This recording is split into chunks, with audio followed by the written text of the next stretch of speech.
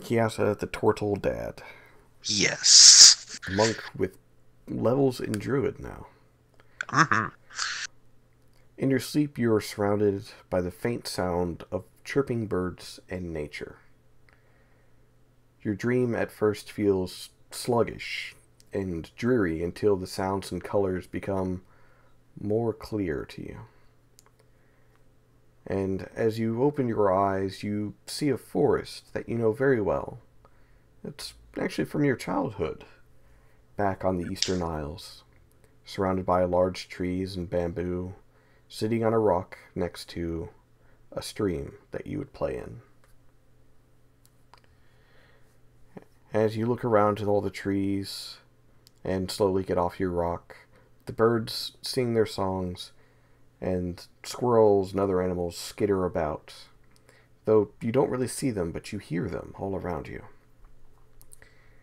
This place is filled with peace and tranquility, and such familiarity that you have not felt since wandering into this new land. And then a voice breaks through the gentle noises of the forest. But it's not an intrusive voice, more of it moves with nature itself, if sound could move like that. And it calls out to you, Kiata. And then Gone.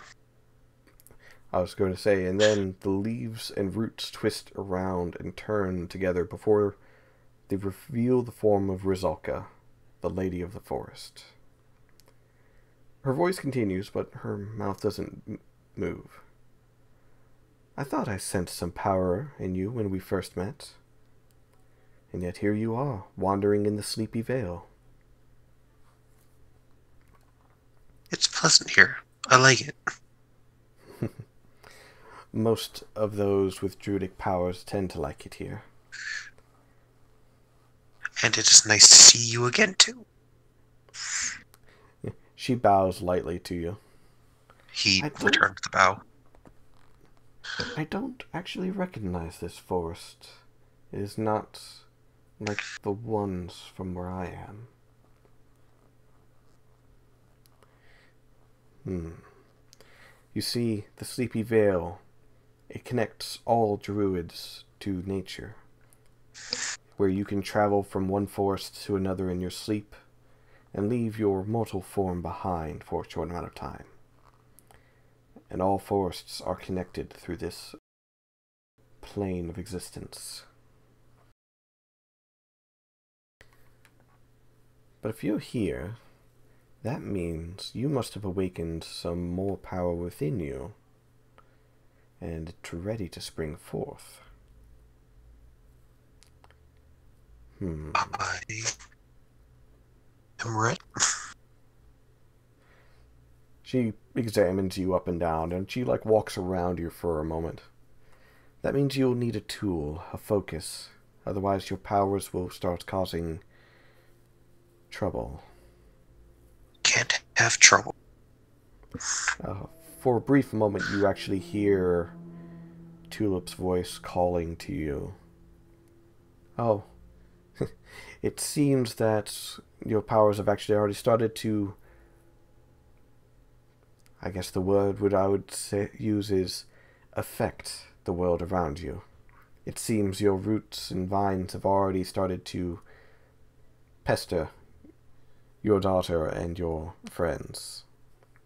Oh dear. Oh, don't worry. They'll be fine. Though it is important that we give you that tool, it's going to have to be something that you can use. You see, your focus helps not only control your druidic powers, but at times it has much more mundane use. Ella, the young girl you left in my care back in Heldas, she has Yes. turned a knife into her focus. Though she started from the beginning, it seems that you're already ahead of her, though.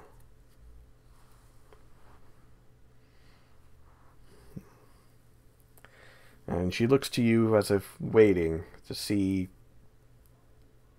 what your decision is. Well, he is going to take out both his quarterstaff and the stake that she gave him. And Hmm. if it were able to be done, I would like to use both of these. And he says it kind of cautiously, because he's not quite sure how it exactly works. Oh, a simple task then. I cannot make your tool for you, but I can at least show you the way. And she holds out her hands for the staff. He handed it to her. She takes it, and as she runs her hands up it, you see almost like runic etchings appearing on the staff as her hand runs along it, and then she slowly hands it back. Once you have your tool, you'll be able to traverse through the Sleepy Vale without a guide. Though for now, I believe it's time that I help you, else you will get lost. That would be appreciated. This way, then. If you're wishing to combine the two, you already have a bit of my power, so that part's taken care of. But now we need to see where your power comes from. And she leads you through the forest, and it sort of twists and turns. Some of it familiar, once again, like the forest that you grew up with, but other parts of it, not so much. They're trees that are different. They don't belong in that part of the world. And as she leads you through these twisting and winding paths, eventually you come to a large wolf standing in a small opening. This wolf is easily twice your size, and its fur is this faint blue that seems to be shifting as if a light breeze is coming through.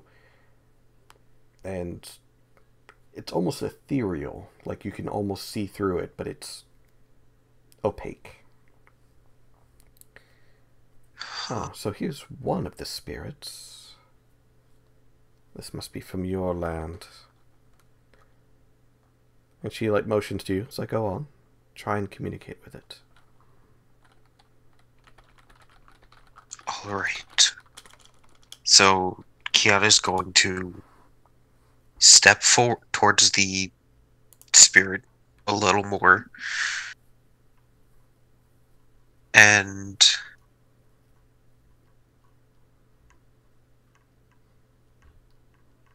he's going to walk as close as he is comfortable getting to this wolf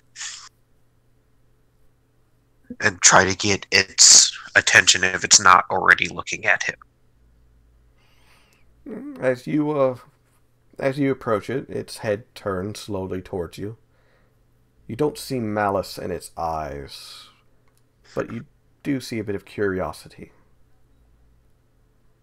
Then Kiana will give a polite bow to the spirit. It returns the bow. And oh man. It speaks suddenly. I am called Yus, Wolf of the Northern Forest. What is it you come before me for?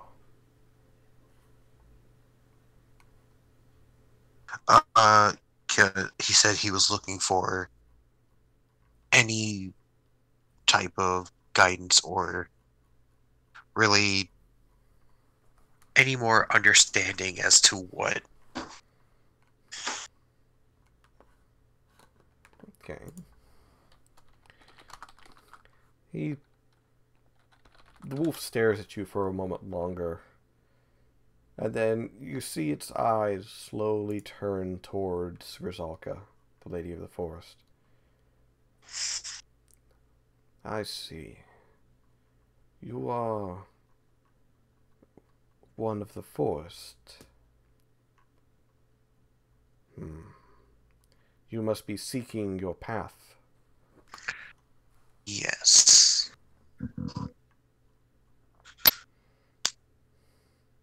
He slowly nods his head.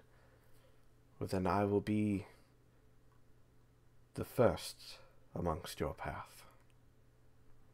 Ah, As you grow one with the forest, so will your path. But for now,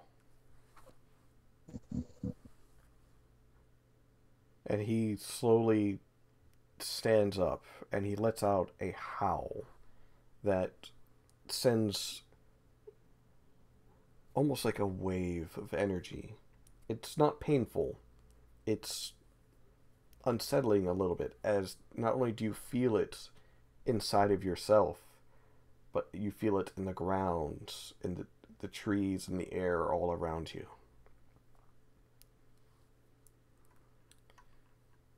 alright. And then he slowly turns his gaze back to you.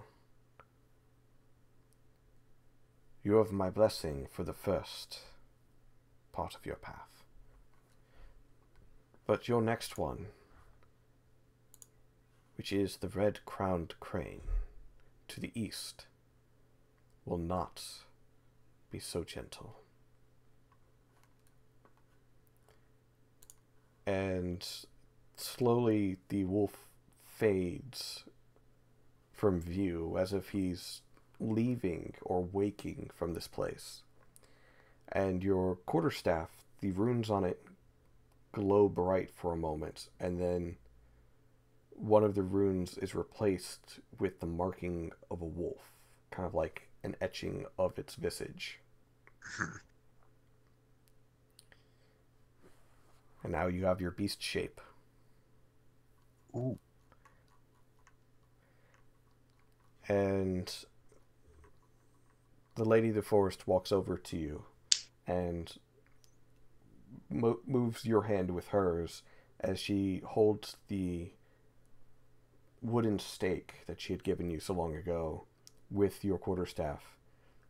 And she shows you how to meld or move the wood along with it, combining the two into a large glaive.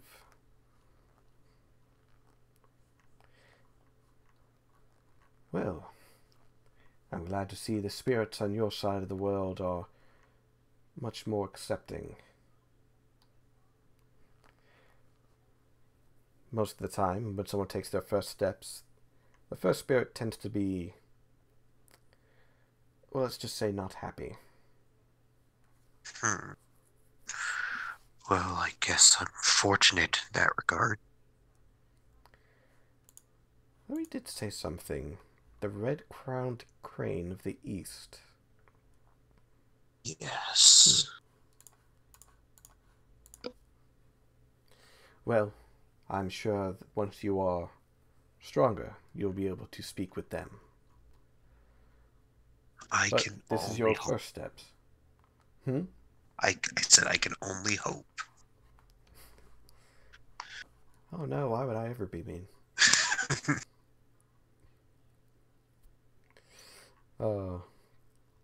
Yes, so your first wild shape is that you are able to change into a creature of CR 1/4. In this case, you have the blessing of the wolf, so you have certain bonuses for choosing the wolf form. We'll go over that at another time. Well, I'll have it written up and sent to you before the next Okay. session. Now, the next question is, what circle of druids are you hoping to join? Well, hoping for Circle of Twilight. Circle of Twilight. Now, where would I find them? She starts looking around through the different woods. See if I can find my notes.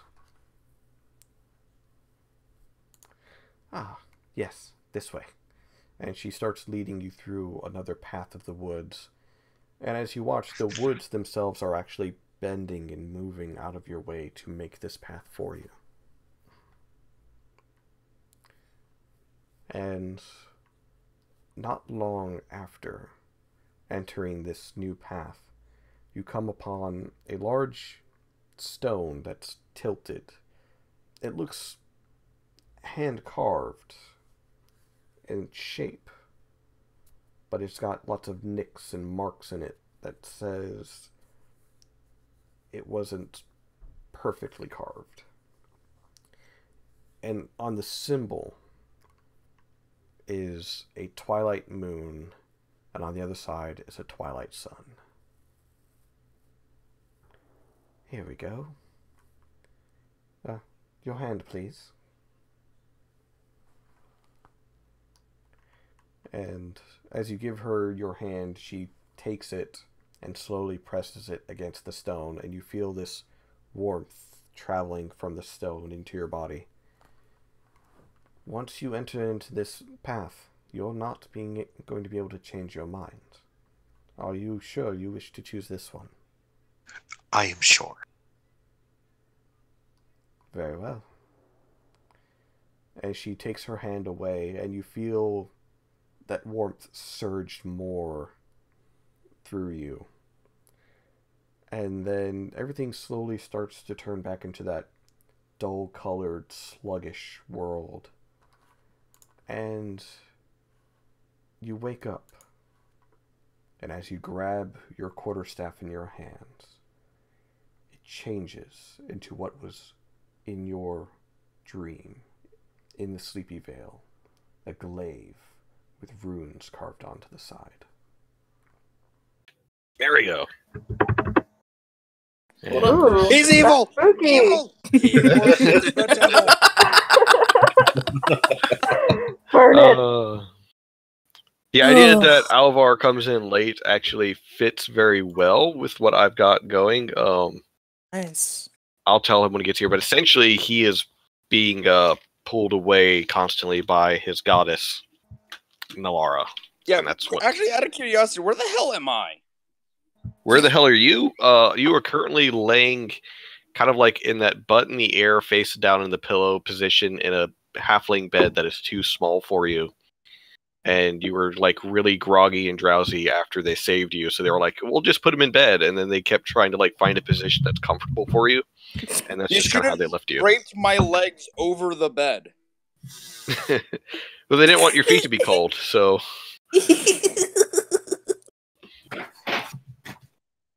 this was their solution. Yeah, and then you could have just put me on my side, have my ass land on one side of the... It's like you guys have never tried to fit someone in a bed before. Pretty No. much. That's pretty much how it's And going. that picture that I put in general, that's Mizuki looking at you. Looking over the bed. Oh, looking over the bed? Yeah. Oh my god, waking up to that? Oh, sweet fucking Jesus! Oh. God damn Alright, it, so Mizuki. that's recording, that's going, all that's going. I've got my backups going. Oh, that's the bear. Yeah. Kind of, except for like a cat. Remember like Rick and Morty, Squanchy? The I don't little... watch that. Oh. Oh. This There's a good made like example how so many amazing- people sad, just like collectively sigh. I'm sorry. I only saw I'm like not saying anything because couple you guys will shut episodes. me. It's pretty good. I know it's not for everyone. As long as you Yeah. ignore the fan base and watch it on your own terms, then it'll be fine. I just don't like watching TV, so Fair I can enough. respect that. yeah, I don't have the attention span. Oh, I'm mostly okay. the I same see way. what it looks like. Alright, That so... is creepy as fuck. Go ahead. I'd like to imagine his eyes more bloodshot. So let's see, where did we leave off? We left off with Tulip's heart being broken, I guess. Yes. Regnus having like the worst hangover after his soul got put back into his body. Wait, I had my soul removed? Yeah. When Yeah. was this established? You'll just have to Last listen session. to the last episode. The beginning of the last session, actually. Yeah. It's not my fault I couldn't attend that. No, it's not. Essentially, Scarecrow Jack came back extremely pissed, kidnapped you. Mizuki then broke through the wall into the neighboring room where Newt was having a discussion in the middle of the night with a rowdy goblin named Red, who looked like Red Foreman from That 70s Show. Oh, yeah. And there was a lot of banging and stuff, and Tulip was trying to ignore it. But ultimately, it was determined that Scarecrow Jack had kidnapped you, and Red the Goblin wanted Scarecrow Jack destroyed because he kind of messed up the hollow between.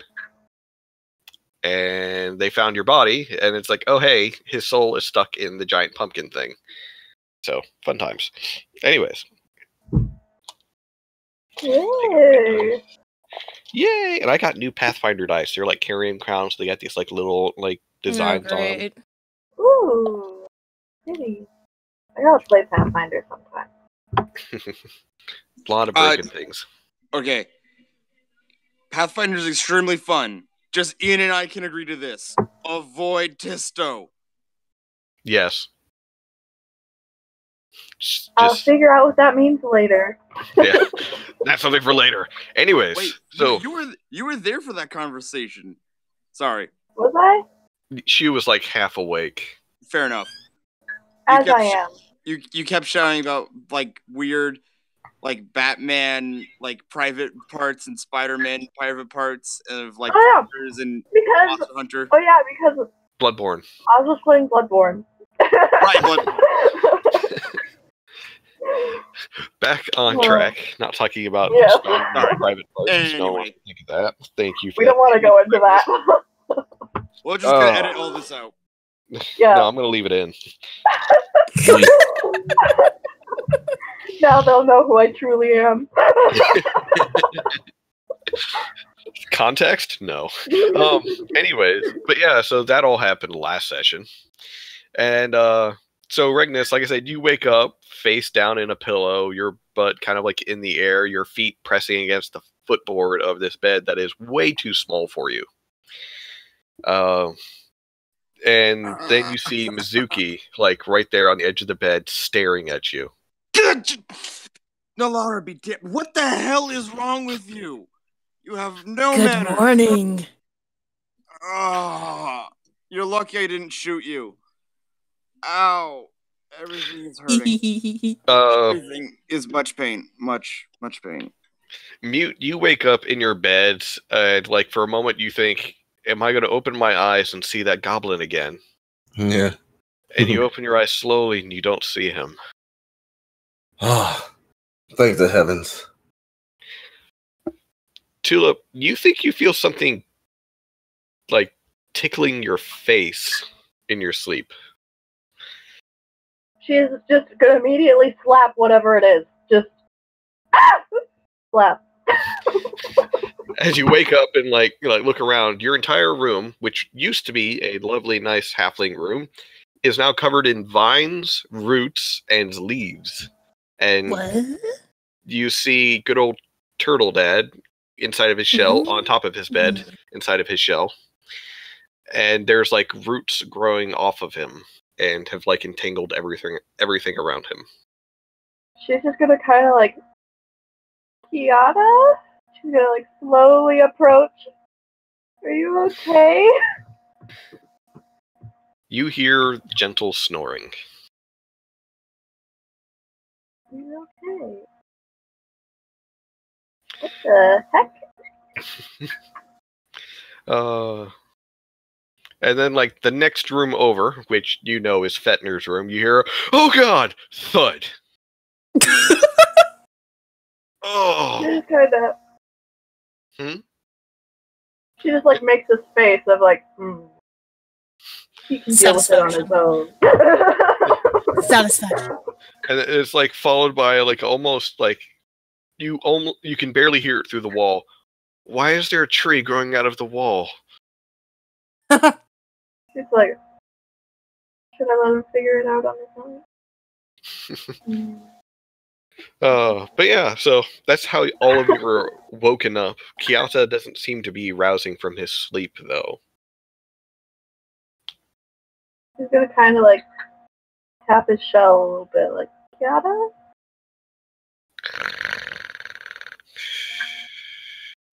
He's in one of them deep sleeps. He usually has a quarter staff by the time I'm 2 inches away from him, so... Alvar has informed me that he wishes to smack him, however, I'm fairly certain Alvar is not within the room. No, Alvar is,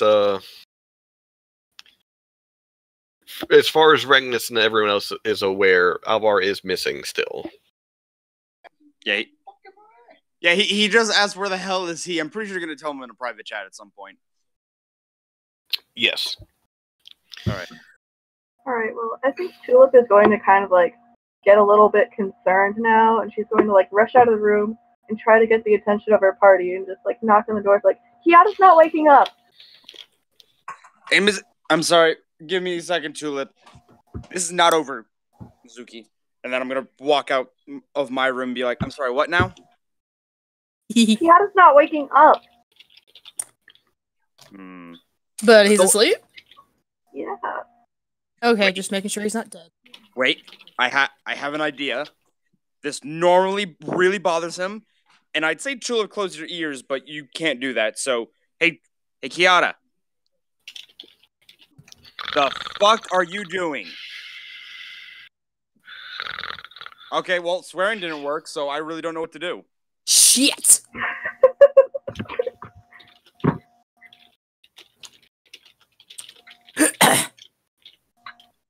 Kiara, your daughter's being kidnapped. Shout. I need all of you that are currently in the room to make a dexterity save. Well, you're gonna have to do that for me because I can't roll. I'm not in the room with them, am I? Oh no. 13, 7, 16. 16.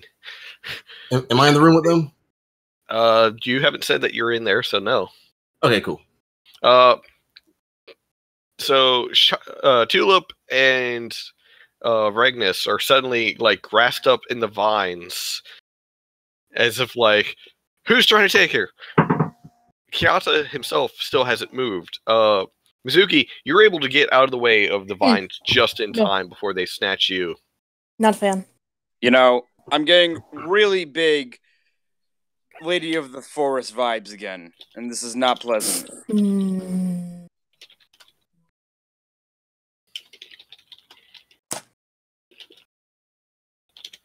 Oh, we're so far away from Helvis. Well, yeah, I sent Alvar a message, so he can be happy about that.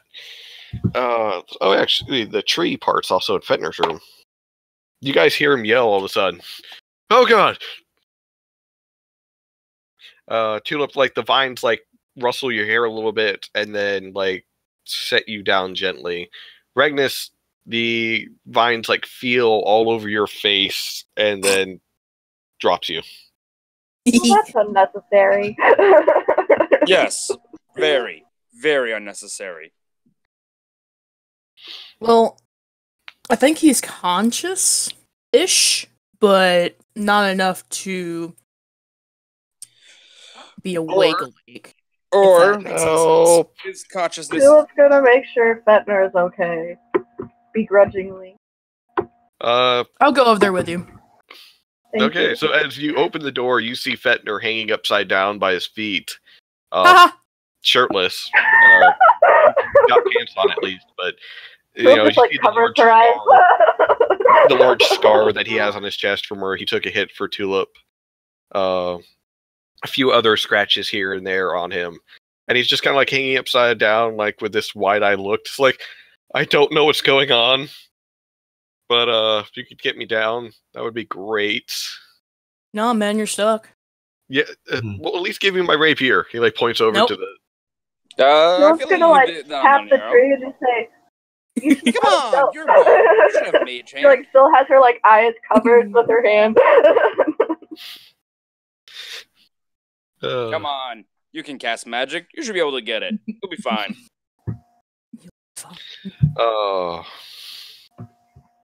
He like looks around. You said you were handing him something, or you had your hands over your eyes? I had a hand over my eyes, and she was gonna like tap the tree, like let him go. Oh, okay. So after a moment, the branch like drops him, and he like slams down on his back. He's like, "Oh, thank you." That's what you get. She's kind of like, "I'm not helping with that," and she like leaves the room immediately. Follows right after her. Yeah.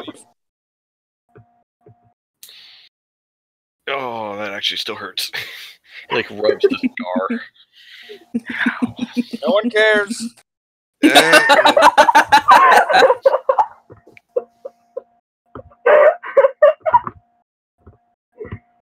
Good luck with your hunt. Yeah, piss off, and I just flip him off.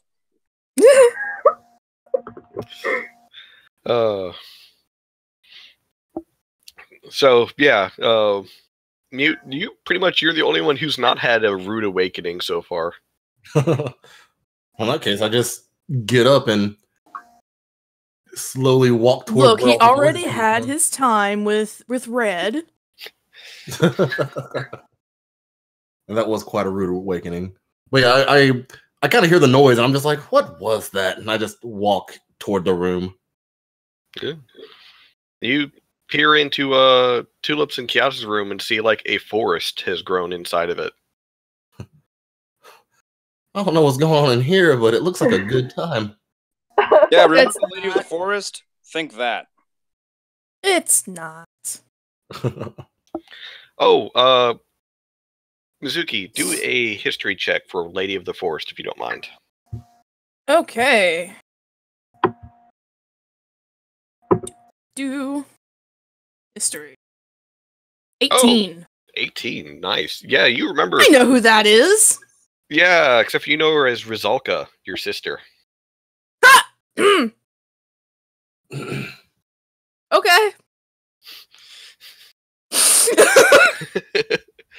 Oh, Just toss that on me. Okay. Yeah, she's the older one. Okay. But yeah, it's like you think for a moment, it's like Lady of the Forest. Oh. Oh. That's my sister. I'm sorry, what? That's my older sister. Wait, the Lady of the Forest is your older sister. Say what? Yeah. really? I immediately like you better. She was annoying. She wasn't that bad at all. I like her quite a bit. Okay, you know this as well as I do. We got dragged through her forest, and she was nothing but rude to me. Well, she was a little more. I pleasant wonder toward me. why. Granted, I undid a little bit of her work, not willingly, but that's no excuse.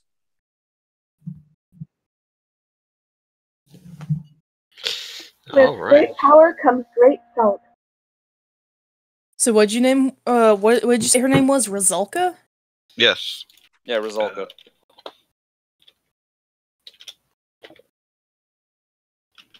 Shudders at the idea. Ugh.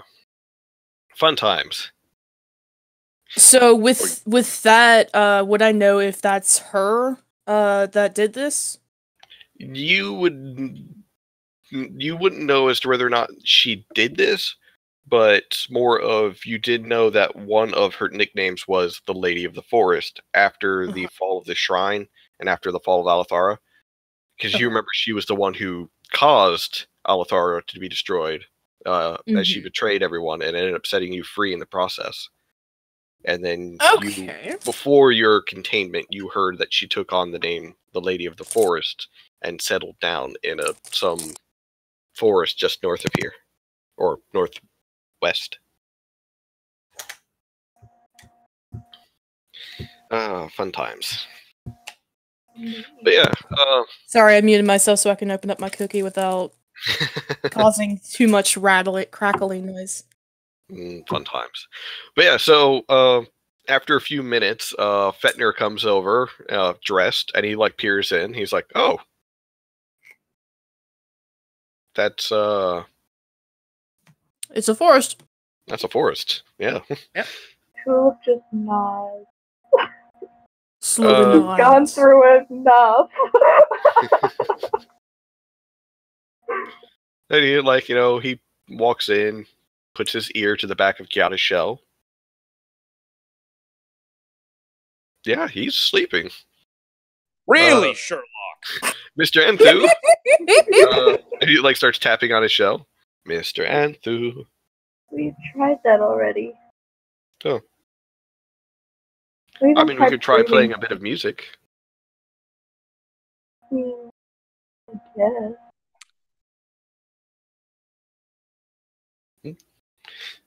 He pulls out his fiddle and he starts playing a few notes, and then one of the vines smacks the fiddle out of his hand. Ooh. Oh. That's rude. Don't disrespect instruments like that. Mm.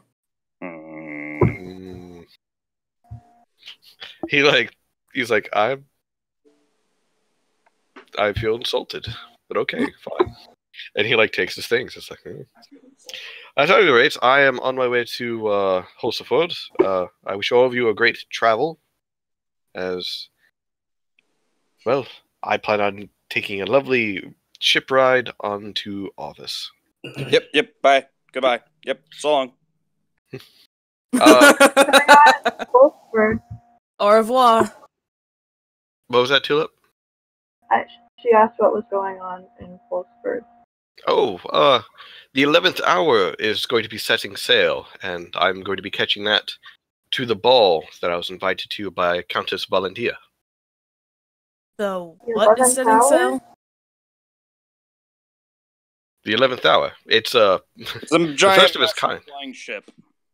Indeed, it was actually just recently completed. So once I get there, I'll be on its maiden voyage. While Wow. he's talking, Regnus is doing that thing where the hand talks when he talks, so he's just mimicking him. Blah, blah, blah, blah, blah, blah, blah, blah. Got invited to the ball by Countess Valentia. She was one of the other two families that helped fund the ship. And apparently she wants to open trade deals with Aloria.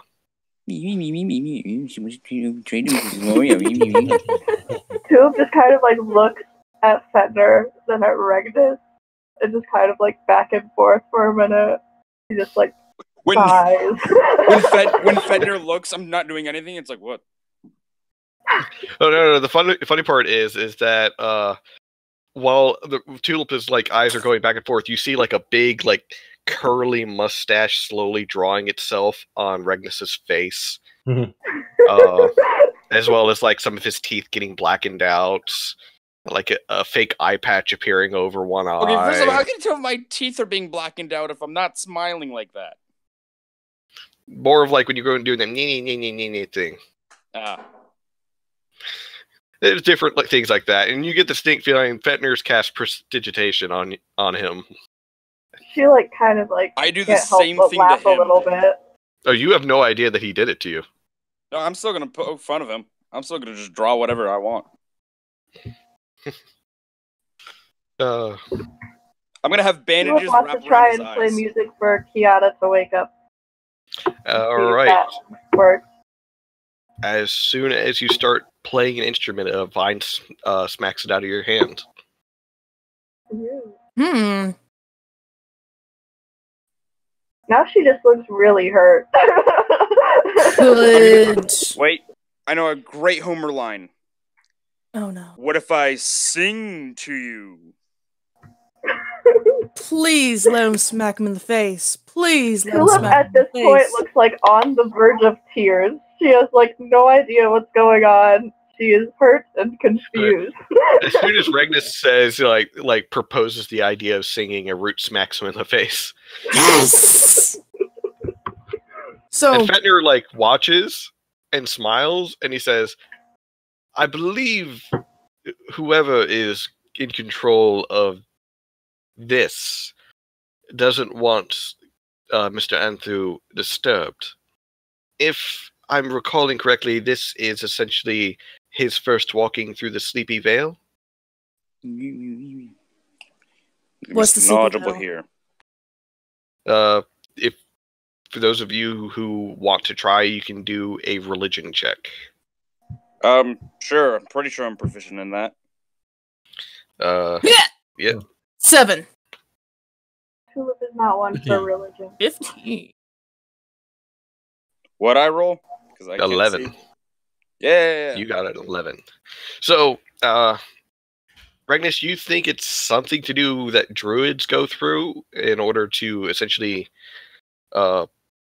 hone their druidic powers, but you don't really know that much. Mute, you know a bit more, as it's essentially something from where you're from. Druids would go through the Sleepy Vale in order to walk and connect to all the forests in the world and essentially draw power from them. All right. I'm just over with Tulip. It's gonna be okay. We're gonna figure this out. Essentially, so long as he is wandering in the Sleepy Vale, he sleeps, obviously. But this tells me he doesn't have a druidic force, and he motions to the whole forest scene inside your room, which means his druidic powers aren't being controlled, more of they're growing out haphazardly. Is that a bad thing? Well, if you're saying the Lady of the Forest is in control of this, I'm willing to bet she's helping him get a druidic focus in order to contain this. But we should probably move him out of those, just not wake him, because if the forest grows over him too much, well, then he's never getting out. Oh. How do you propose we move him? He looks around for a moment. May I see your hammer, please? Mizuki, was it? Are you gonna give it back? I promise to give it right back. Are you sure? I promise on the honor and family of the honor of my family. All right. Well, you kind of betrayed that honor with your family, breaking of your family's line of work. So, how much is that really worth to you? Granted, that line of work was slavery. Philip just looks at Regnus with this look like, I just want to get Kiata out of here, please. Fetner, takes the hammer and he says, Wait. Yeah. She doesn't have it on her. She has to get it out. "Oh, that's right."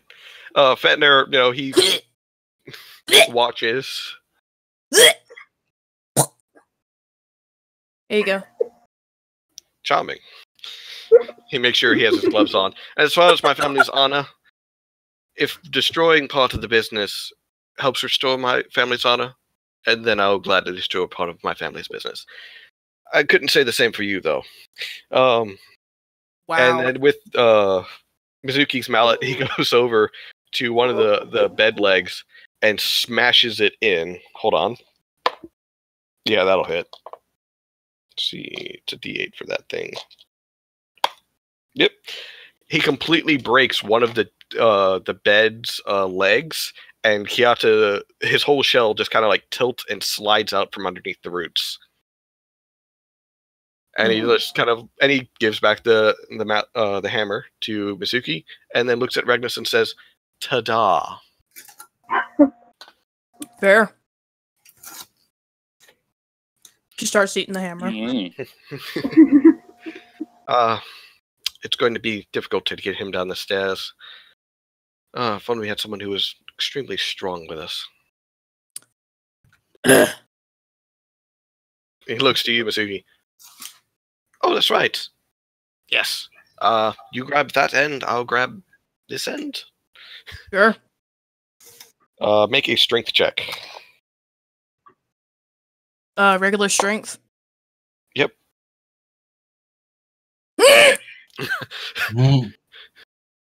All right, one step at a time down the stairs.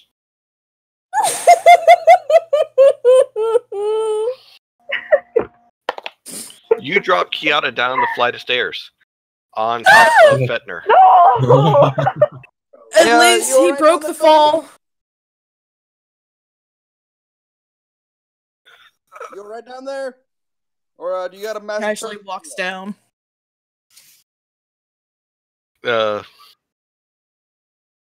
You walk down and you see that Kiata's head is poked out of his shell some from falling, but he's still snoring. And I'm gonna lightly Fetner, push his head back. yeah, and he like slowly worms himself out from underneath Kiata, and he's like, "Oh, that hurts." Oh. Yeah, that was an accident. Oh. Alright, one more again. Give me a moment. Oh. All right, let's try this again. Actually, hold on. Let me see how much damage did he take from that. Ooh. He's not moving so briskly anymore. As he tries one more time. Alright. That did nothing.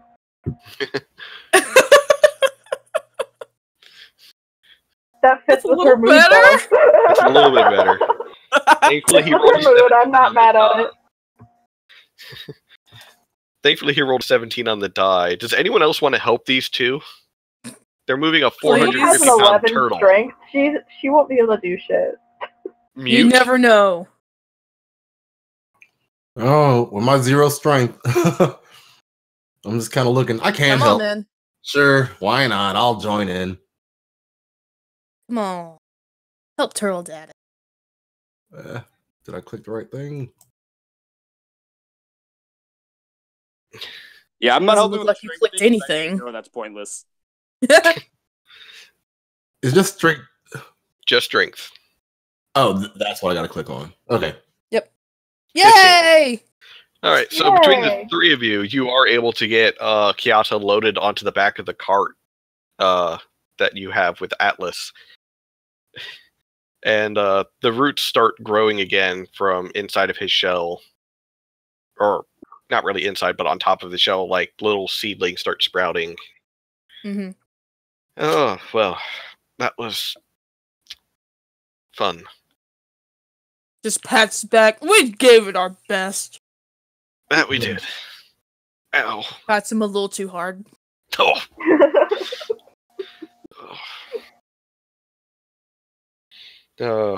So, where are you heading off to?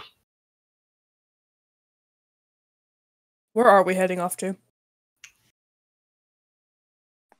Well, I have to be heading home with my brother. Speaking of which, where is the little prick? I tell him every time, don't leave my eyesight. What does he do immediately? He leaves my eyesight. I don't know. You want to go look for him? Yes and no. Like, part of me just wants this to be a lesson, but then when I meet sister, she's going to quite thoroughly kill me. So, yeah, we should probably You have a find him. sister? Yes, I do. What's her name? Why are you interrogating me? I just want to know what her name is, man. Nala. I did. I mean, it's not like I asked if she was single or anything. But is she single? Fetner's like dusting himself off. Fetner's like dusting himself off and turns to Mute and says, Now, even I know not to do that. Sure you don't. I'm having both fingers, like in the finger guns, pointing both at Fetner and New, and like I'll neuter both of you right fucking now.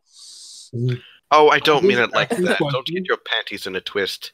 What I mean is you don't start a relationship with someone who you've been friends with for a very long time. Who said anything about a relationship? Annoying IRL. Fetner looks to Mute with kind of like a bit of disgust. It's like, oh, you barbarian.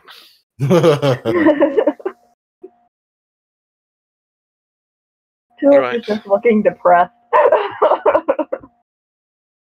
I'm gonna give Tulip a huge hug. She hugs you back.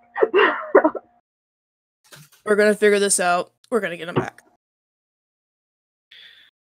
Gives a nod and just Pretty much when it comes to the Sleepy Veil, if what I remember from my readings correctly, he will wake up once he has completed his Druidic focus.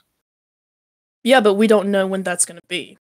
That's true. It could be a few more hours, could be a whole day. It depends on how much is required of him.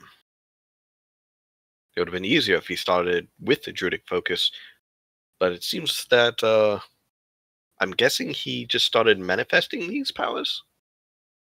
Yeah, I'd say so. That's weird. Oh no, ask Tulip. I don't know. she just shrugs.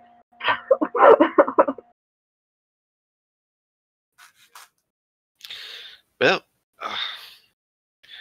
I wish all of you luck in your journeys. I've got one last thing I have to do in town before I head out. All right, bye. Have a wonderful day, and Tulip, may your travels be wonderful. He just gives him like a half-hearted wave and just like walks away. Don't Oh, and don't Regnus? speak to me or my child ever again. What? And Regnus, you've got a bit of something in this region. Any like motions like in your head, face area? Yes, thank you. I know. I'd say the same to you. I wasn't talking about the prestidigitation. And he was and he starts walking away. I just roll my eyes.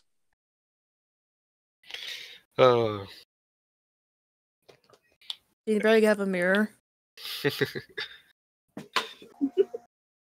Anybody have something reflective? I mean, for the rest of you, when you look at like Regnus's face, Like for him. yeah, when you see it, it's something, but it's written backwards, and it's like written right across his forehead.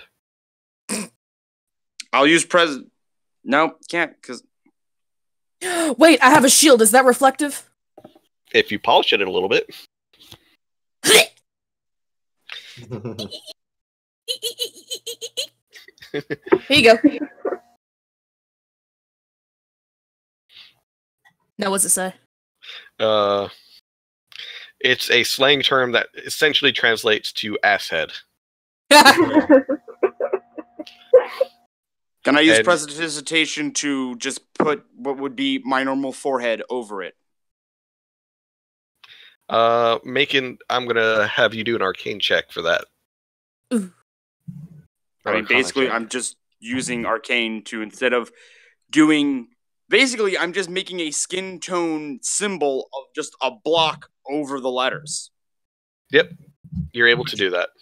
By the spell, I should. Yeah. He's putting makeup on. Yeah.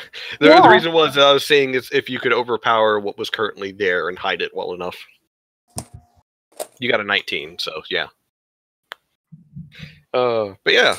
So what do you guys want to do while you're here in Lakeview? I say we look for the little brother. All right. Do some investigation checks. Investigation. Someone roll for me. I'm working on that. Thank you. Oh, Tulip with a nat 20. Not really nat, but yeah. Wow. I just suddenly remembered that I can't really roll for other people because yeah, that's a 6. You have shit rolls. Yeah, I do. Except for when I use dice. It's just when I use RNG. On here. All right. Online dice gods don't like you. I don't know why. They don't like me either. But I did get a 20, so. I got a 12. So, Regnus and Mizuki, you guys kind of get like lost for a moment asking. So, people give you directions as to where they think they saw him, and you end up right beside the cart again with Kiata and Atlas. Fuck. Mute. You found anything? No, shit.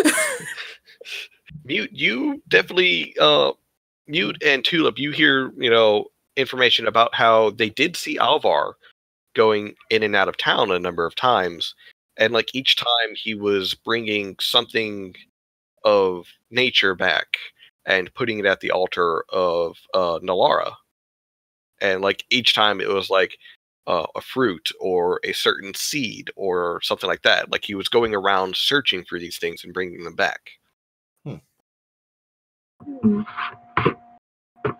All right. But as the reason as to why, like you even ask a priest of Nalara, and he says that sometimes Nalara asks these of her disciples in essentially trying to test them.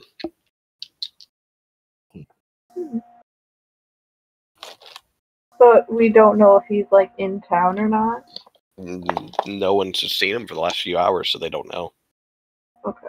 All right. Well, I guess we should relay this information to everybody else. All right. Sounds good. All right. So yeah, you guys get back and you see Mizuki and Regnus there sitting on the cart with Kiata. Any luck? With stuff for Nalara's temple, but they haven't seen him in the past few hours. Nala's gonna kill me. I'm a dead man walking. Sorry, brother. Shut up, you're not there.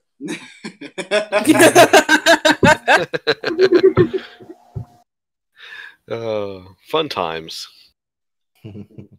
Indeed. So what are you guys gonna do? Well, I have to head home, and hopefully along the way I find brother dearest. But otherwise, I'm gonna have to explain to Nala what happened, and that's that's gonna be fun. Yep. Gonna be fun. All right. So, do you guys start heading out then? Yep. Are we all going with them to their house? Well, plotting course-wise, there's a few hamlets between here and Holseford, and then a few more between Holseford and Barriswall. Barriswall is where Alvar and Regnus are from, which is about 4 or 5 days away from the capital of Arbus. Can we mark it on the map? Well, Barriswall is over here. Holseford is over here. And it gets cut off, but it's literally right here for the capital of Arbus.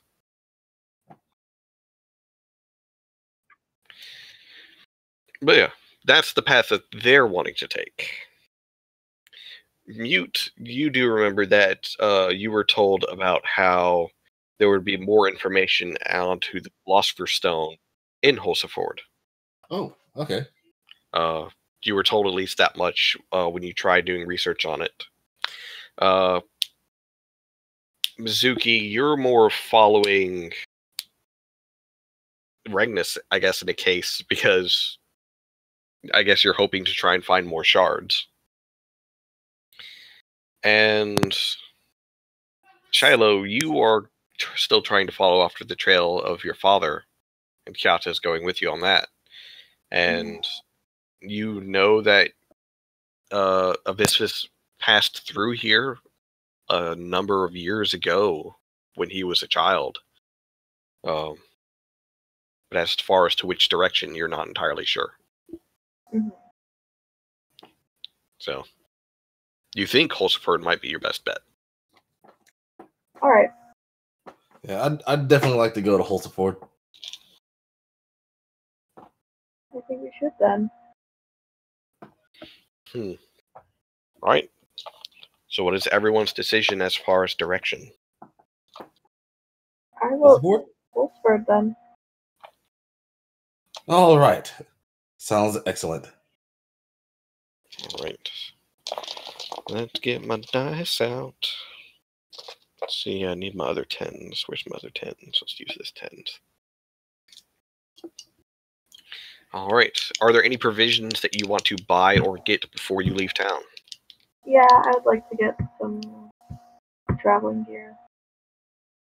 All right. Yeah, I guess we need rations. Yeah. Yeah. And maybe even a map, if possible. You kind of Is look there a out. cartographer nearby? Let's see. Yeah, he's got a map of Darmus, and a map of Aloria. Oh, nice. He does mention that, you guys are kind of lucky in the sense that Darmus actually puts signs up for which roads lead where. Fair. Good. I guess we don't need one then. How much is for each map? It's only, let's see, only 5 silver pieces for a map. I have no silver. I do. I'll buy 2 maps. All right. Thanks. No problem. Right, so that would be a total of 1 gold. All right. I was just going to do 10 silver. Whichever you want to do. Yeah.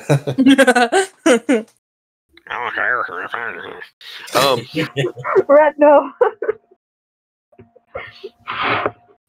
All right. Rations, yes, though, because I'm looking at Regnus's sheet and he's got 0. Yes, I'd like a few rations. Like, how many rations are you guys thinking? Do we know how long like, it's going to take to where we're going? Oh, it's going to take you guys like a month to get to Holseford on foot. What? Well, we also have Didn't Fettner say he had a way to get there? Atlas helps with the travel time, but also at the same time, I can't listen to 2 people talking at the same time. So, Regnus, please repeat what you said. No, I was going to say, doesn't Atlas help? Yes. Tulip, what did you say? I asked if didn't Fettner have a way there. Yeah, he's got his own horse. Mm-mm.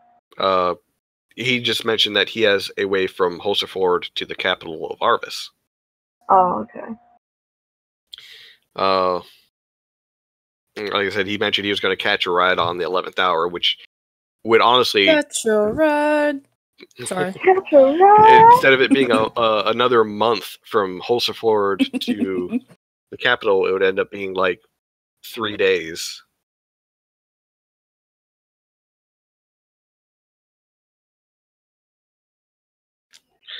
Yeah, so the 11th hour it's essentially like taking a slow-moving plane ride. But it would be essentially 3 days from one capital to another. I so badly wanted to drive it. Oh, that's you guys. Me as a player, not Regnus. Regnus knows better. Regnus just doesn't want to be near Fettner. That. Really, neither do I. All right, so rations are 5 silver pieces for 1 day, by the way. So how many rations does everyone want? How much money do I have? You have like 924 gold pieces, 490 copper pieces, and 75 silver pieces. Shit! Holy crap, I'm rich. You guys are rich, I'm not. Hi! I have oh my god, 2,553 gold pieces. Indeed you do. Guys, Kia's awake! What? I'm here. So, while you guys are talking about this, Kiata's head pops out of his shell. And, he yawns wide, like he had the best nap of his life. I just want you to know that as you said the word pop, my cat literally jumped onto my bed. And it was magical. And as this happens, Kiata, you, because we'll get to it when we do the one-on-one recording later. And you grab your quarterstaff as you stand up. It turns into this glaive. And just as soon as your hands wrap around it. Nice. So yeah, I'm here. I just can't do any rolls because I'm using my phone. that's fine. All right. So we'll work on the stats and everything for that later. All right. Cool. Ian can roll for you. Oh wait, he has bad rolls. Well, I would Well, give the Philip rolls is to happy someone. She's gonna hug him. But essentially, long story short, for you, Kiata, right now, you went into what is known as the Sleepy Vale and had a long conversation with the Lady of the Forest.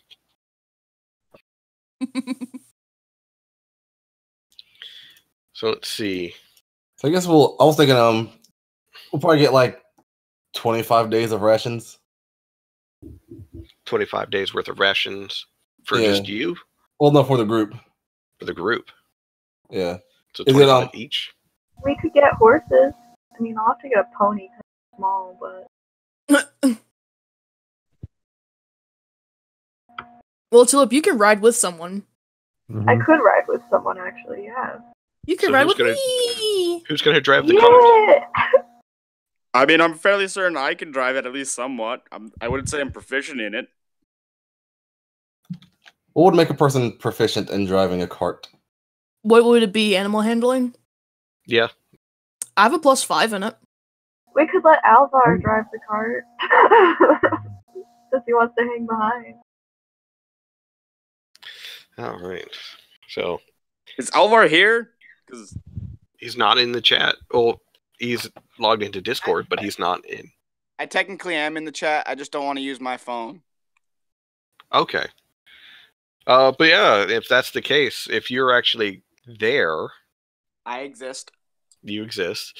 But yeah, you guys kind of like you're sitting there getting plans together. Kiata's waking up, and there comes Alvar, like running over, looking like he just spent the last 2 days in the woods. You need a bath, my friend. He just spent 2 days in the woods. What I've been through. Cool. From the I'm looks going of to it, walk you've been over through to my the brother. I'm going to stare him straight in the eyes, and I'm going to slap him. Dex save.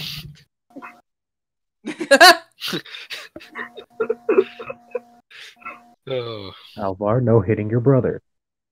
What? No in-game fighting. What? That's not how that works. Yeah, it's Regnus hitting Alvar, not Alvar hitting Regnus. I can barely tell between you two. My phone is kind of crap. So, Regnus, no hitting your brother. First off, you picked me up with a vine and threw me down. So you know what? You don't get to say jack.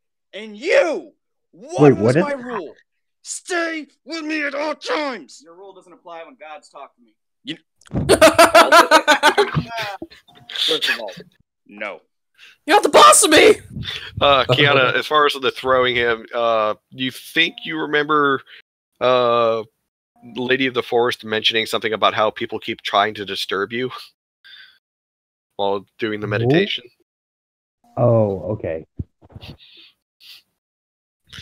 So, yeah.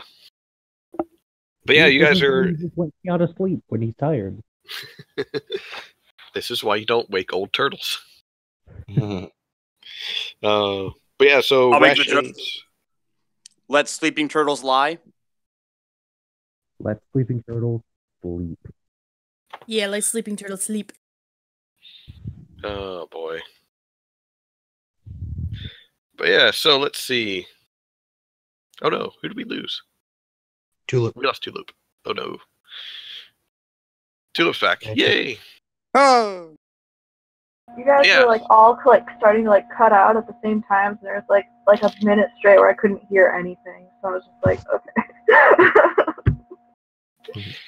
Not a problem. All right, so let's see. Ramon, you said you were buying 25 rations for everyone. Is that 25 each, or just 25 for everyone to use? I don't know if I can. How much are they? 5 silver pieces per ration. Yeah, why not? I'll buy them for everyone. I can get them for myself. I have a lot of silver. Okay, good. If you want, we can split half and half, Mute. Alright, half and half sounds good. 25 Alright. for everyone. Do Good, because I ain't got shit. do we also have the availability to buy another horse or pony or donkey or something? Yes. Alright. Which one do you want? Well, I feel like if we got a horse, that horse would have to either be the one pulling it, and we'd have the donkey as a side paddle. Because I'm pretty sure those two together will not pull the cart very well. So it's either we get a horse that's a little more expensive, and we have it, running about, or we get another donkey and have them both pull the cart. How much does a horse cost? Draft or riding? Draft. 50. I can get a horse. Alright, 50 GP. Alright. Actually, do we have the capability of everyone getting a horse? You guys have plenty of money. Barely. I mean, Not me. Mizuki doesn't have a lot of money because of everything, but the rest of you guys have plenty of money. Okay, so how much is it going to cost for me to get everyone ration? So you Get said it was everyone. 20 It's 5 silver pieces per ration, so times 25. That'll be 125 silver pieces. Yeah. Yep. And then I'm getting it for, 3 people? And you're getting it for 3 people, so 125 times 3? 375. Is it, That's how much, for gold, like, what is the worth of, like, a silver piece compared to a gold it's piece? 10 silver equals 1 gold, so that would be 37 gold and 5 silver pieces. I'll do it that way. Alright, so you guys got your rations, you've got another horse for 50 gold pieces, or you've got a horse for 50 gold pieces. I'll also get a horse. What are you going to Actually, do no. with Atlas? We're He's keeping gonna hang Atlas. out with us. We What love is him. We Atlas? gotta name the horse, though. I think he's a mule. We could name the horse Perseus. Yeah. Let's T-Bot. name it. Have Let's name it T-Bot. Fetner. No. That would definitely We be the can't give donkey him if that it's a much of the time jackass. of day. Everyone hates Fetner. Phyllis doesn't say, but no, she's just heartbroken. I mean, if we did name the horse Fetner, it would fulfill one of Fetner's wildest dreams. And what's that? Tulip Having riding me Fetner. ride him. You get that thought out of your head right now! I would like to point out, Fetner is not mute, so Fair. I don't think Fetner is horny, he's just thirsty. The worst. Moving on. Can't be both. Let's just stop talking See, about it. y'all don't understand. He said that with a straight face. Oh boy. But yeah, The horse But should yeah. be Perseus. maybe the horse. I second Perseus. that. Okay, I mean, so you have it a is- horse. Oh, sorry, Ian. I was gonna say you have a horse named Perseus, a donkey named, or a mule named Atlas, and you've got the horse pulling the wagon now. Yes. Now, the horse and the mule will not be able to pull at the same time. Yeah, we know Yeah. that. He's just Okay. hanging out with us. I mean, the Actually, mule can Tulip be, could probably ride Atlas. and the mule also functions as a pack mule. They're very good of beasts of burden.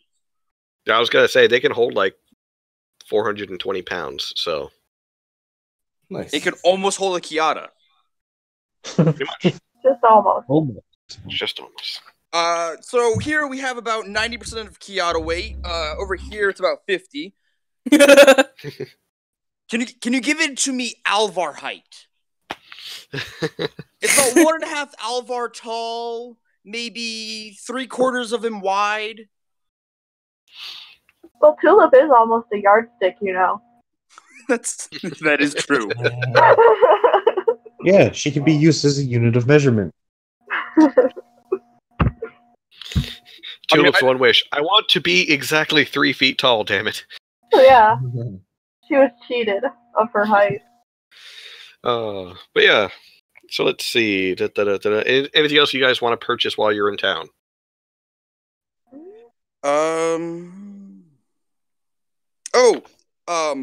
Basic things for maintenance. So, like, maybe an extra bowstring or two, some wheat stones. Because, let's be clear, if Tulip's bowstring breaks, we might want a new one. Yeah. Let's see. Basic extra supplies. Oh, also some crossbow strings, considering I still need to hunt with my brother. Yep. Oh, speaking of which, Dylan, you can't rage when we hunt.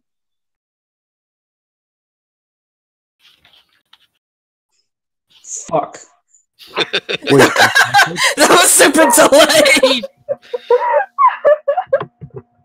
I just realized I never added the +1 to my attack. Oh. Or +1 damage. Well, I don't know how I would really add it. I'll get to that in a second. But yeah, you're able to buy those extra supplies that you need wanting for another 5 gold pieces. You know, the extra strings for your weapons and stuff.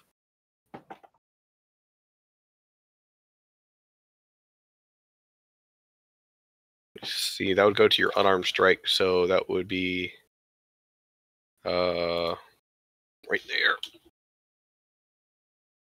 Ooh. There we go. I have a very technical question. Yes. If my first strike is on a tree, may I then hunt with rage? I'm not sure. Technically, yes, but at the same time, once again, if you use any magic of any kind, be arcane or divine, while hunting, then your hunt will not qualify.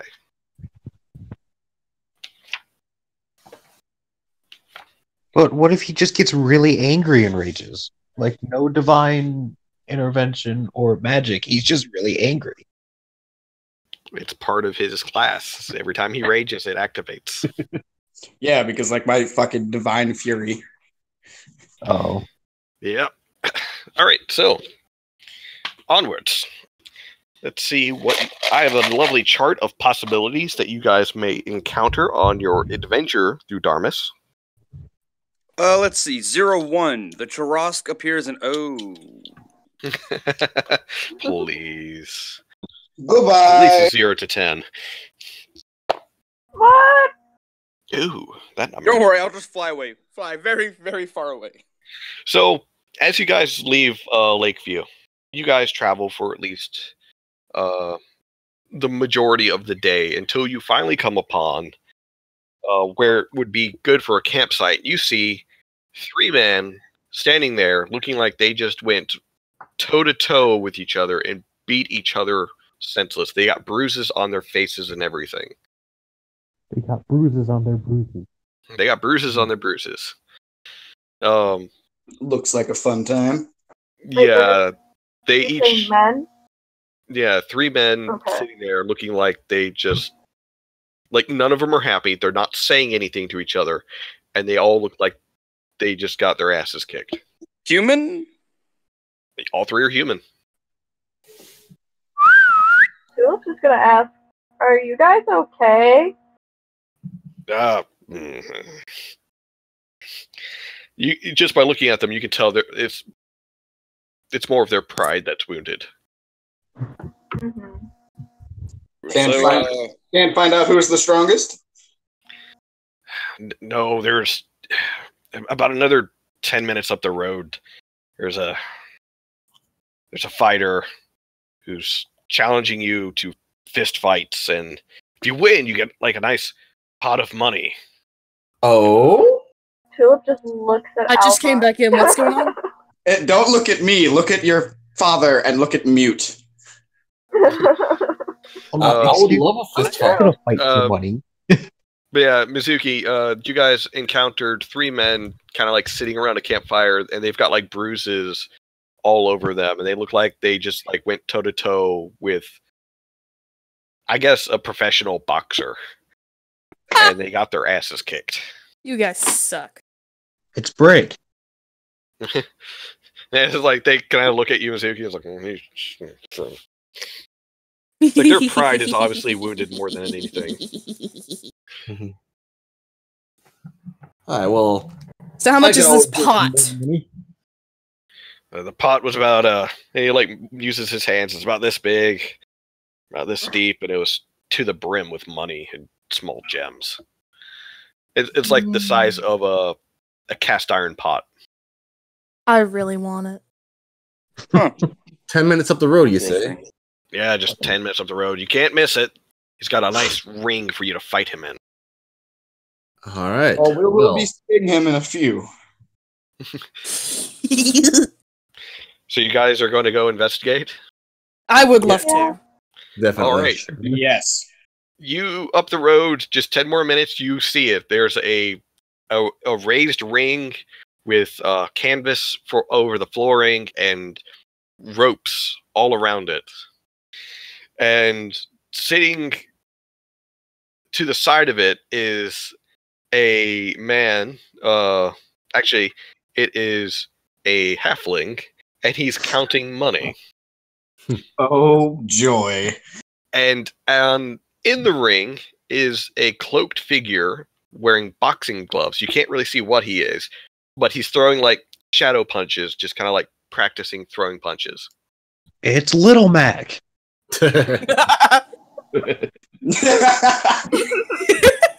Little Mac in the sense that he's like Tulip's height. Little Mac. Nice. Even better.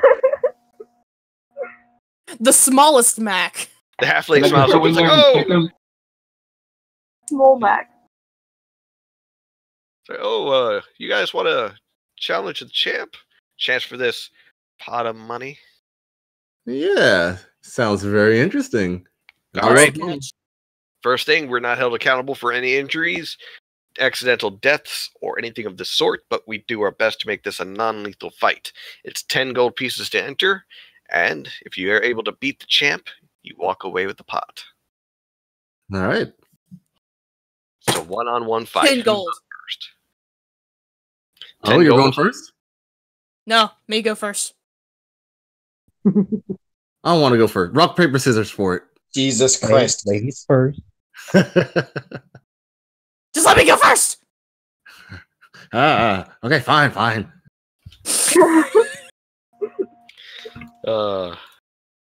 If the lady wants to beat a man senseless, let her do it.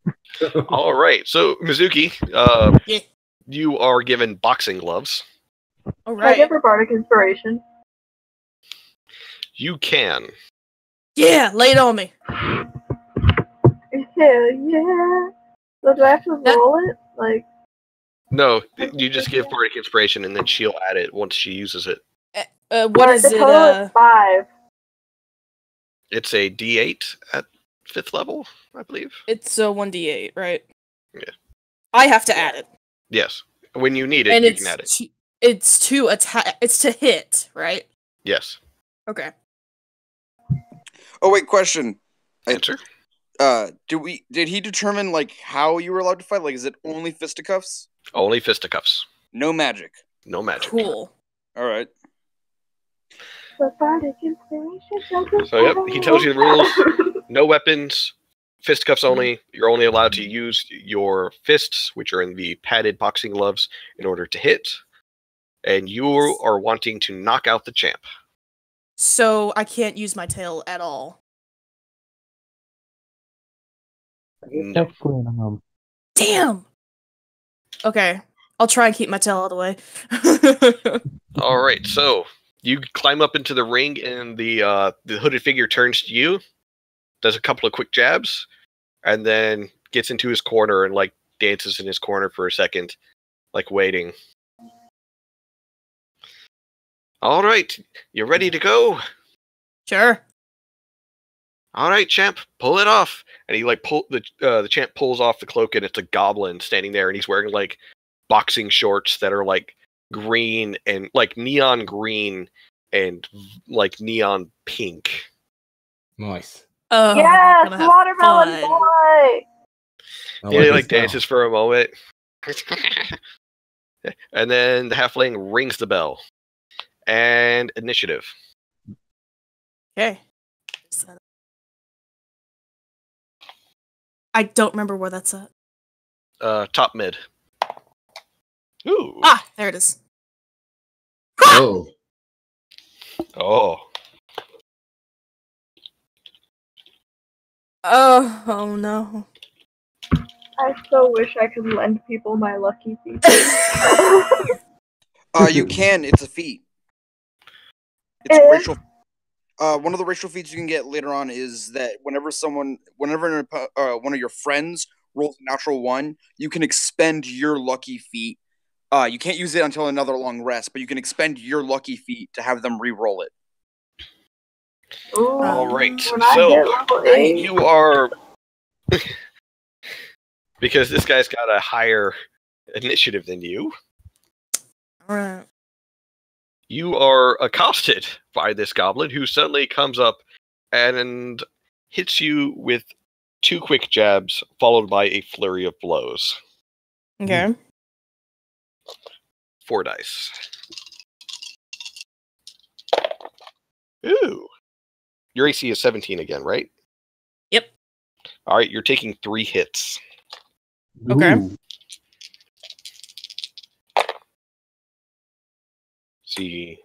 Whoa. 3, Wait. 6, 7, plus his modifier, which is another 3 on each. So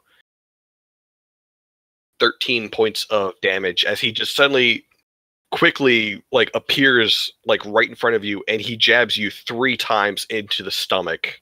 Wait, Okay. Ian. And yeah, Can I use cutting words? you can, but that would be cheating. It's technically not Would be magical, cheating? though. It's technically just- not magic. It's just, it's just us/her cheering someone on, and maybe he's getting distracted. Yeah. You can use cutting words. I can? Not Hell all the yeah. people you could Intervene. What was that, Kiata? So, At no point did the guy say we couldn't intervene. He said no magic or anything like that. That's true. Fisticuffs only. That was the only rule. Fair. All right, let's see if that works. Ooh. There's a faint shimmer around the arena suddenly as you try and throw out your cutting words. And the halfling is sitting there smiling at you.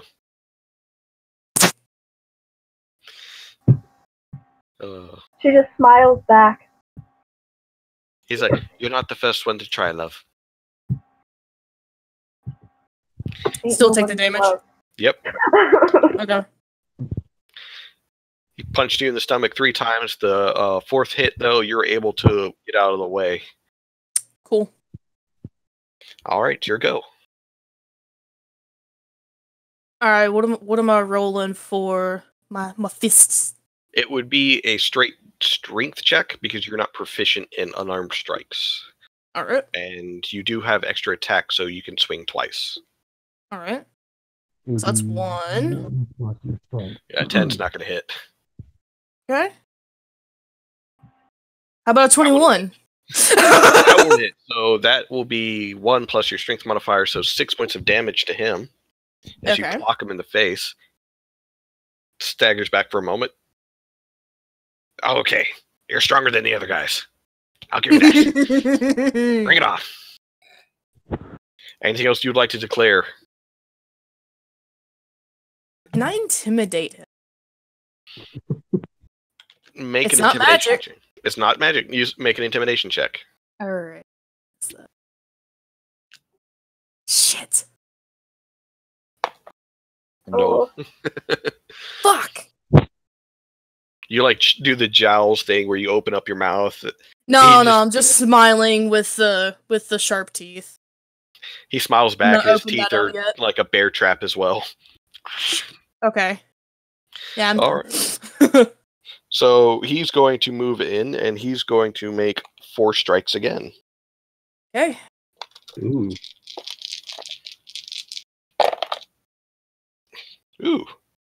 18, 18, plus modifier. Okay, he only hits you twice this time. Okay. Ooh. 6, 12, plus another 6 is 18 points of damage. Okay.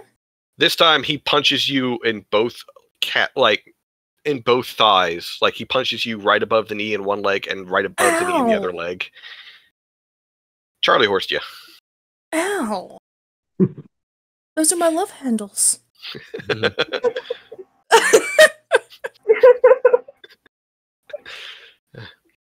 after that, he like quickly backs up. He's like dancing on his toes and does a few shadow punches. Come on, bring it on. All right. He's thirsty. All right, let's one more again. Fuck. Fuck! I say no. Can I do Bardic Inspiration again? Oh yeah, he I hasn't can used do your a Bardic Bardic Inspiration. So I can would use suggest it on using one of on them 10. at least. Yeah. All right, that's 8 plus 4, 14. No, whiffs right over his head.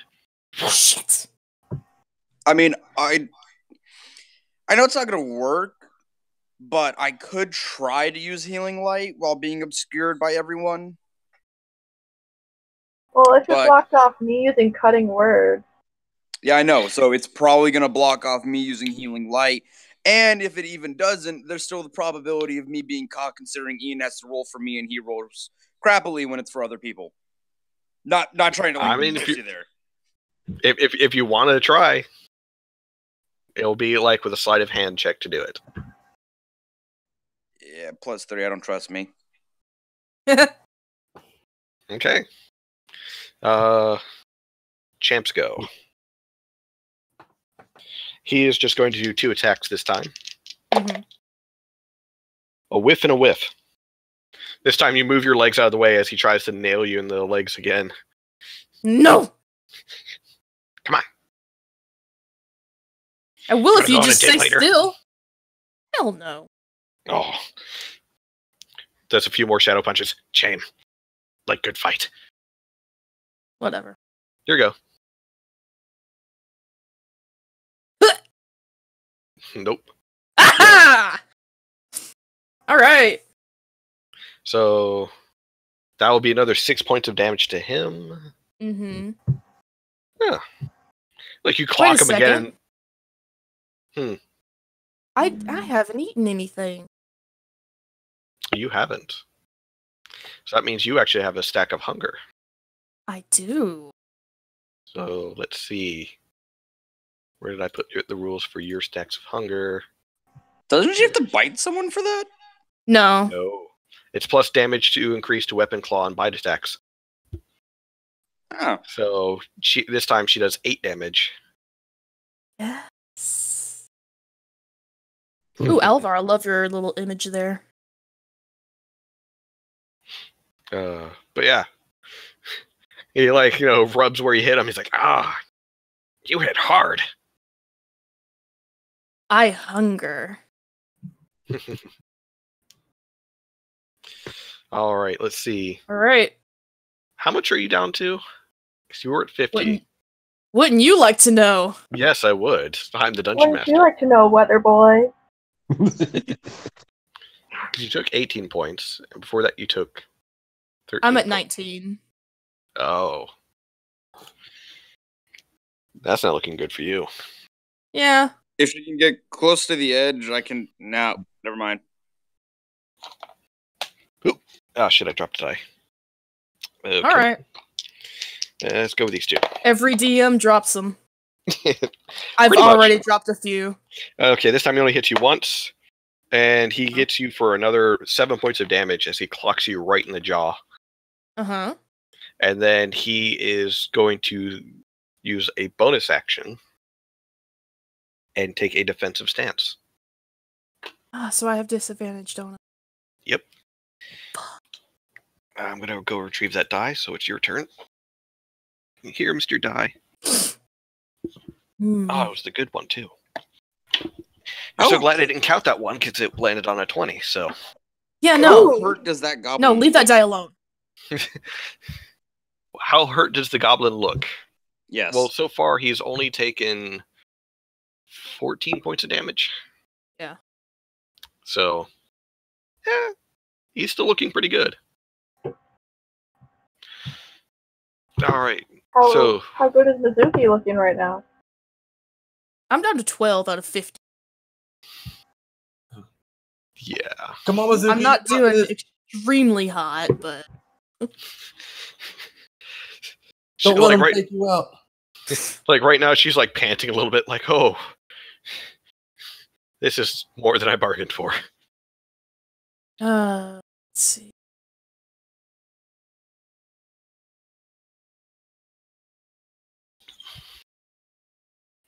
All right. And the no magic includes like healing yourself. Yep. Shit. Okay.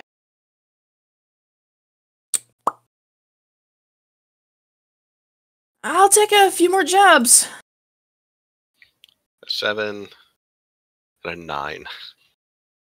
2 more Can I whips. grant her bardic inspiration again?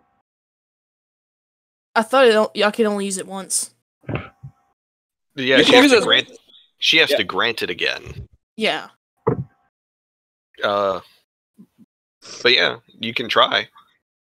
But it won't affect her this round because, like, I would say, even if she rolled, because I rolled 8. I rolled a 14. Last time that didn't even help at all. Yeah, she would have to roll at least an 8 to make that 9 to hit.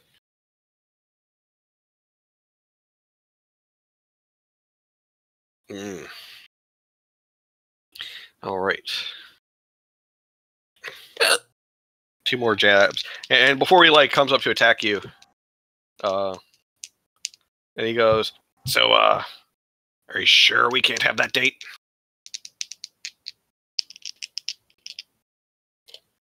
Whoa, he's pulling on me.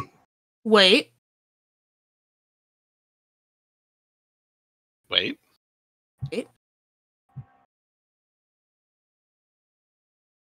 Let me win and we'll see. Make a persuasion check. Oh no. Persuasion. Nope. I'm not charismatic at all. You are not. No. 2 more jabs hit you. Fuck. For 13 more points of damage. I'm at -1. So you guys see him suddenly run up, one quick jab into Mizuki's stomach, and then an uppercut, and her feet leave the ground for a moment, and she falls flat on the mat, knocked out. Oh. Damn. Oh no, child. I'll hop in and take her and do the healing hands and pull her out. Okay. So all right. The halfling rings the bell, and the yes. So you enjoy picking on women, huh? Hey, I picked that fight. I asked her for a date. Since you beat me, I'll say yes. Today is all wins. All right. Well, you're about to run out of wins after you face me. Oh, all right. So, you have to pay your 10 gold pieces. Yep. And then, oh, dang it! Why won't that move? Thank you. Pay your 10 gold pieces, and then you can fight him. The halfling gives his goblin champion a healing potion. All right, good. So he's back up to full, and Nice. you were given the boxing gloves. All right. So you won't have that +1, so it'll just be the 1d6 plus 5 instead of 1d6 plus 6. Let me adjust that right quick. No, that's fine. I can do the math. All right, so initiative for you, Mute Who. All right. Let me. All right. You beat him by 1. Yes.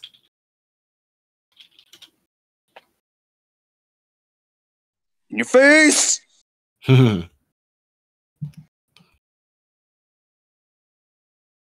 right. Well, I start off by doing 2 attacks and a fury of blows.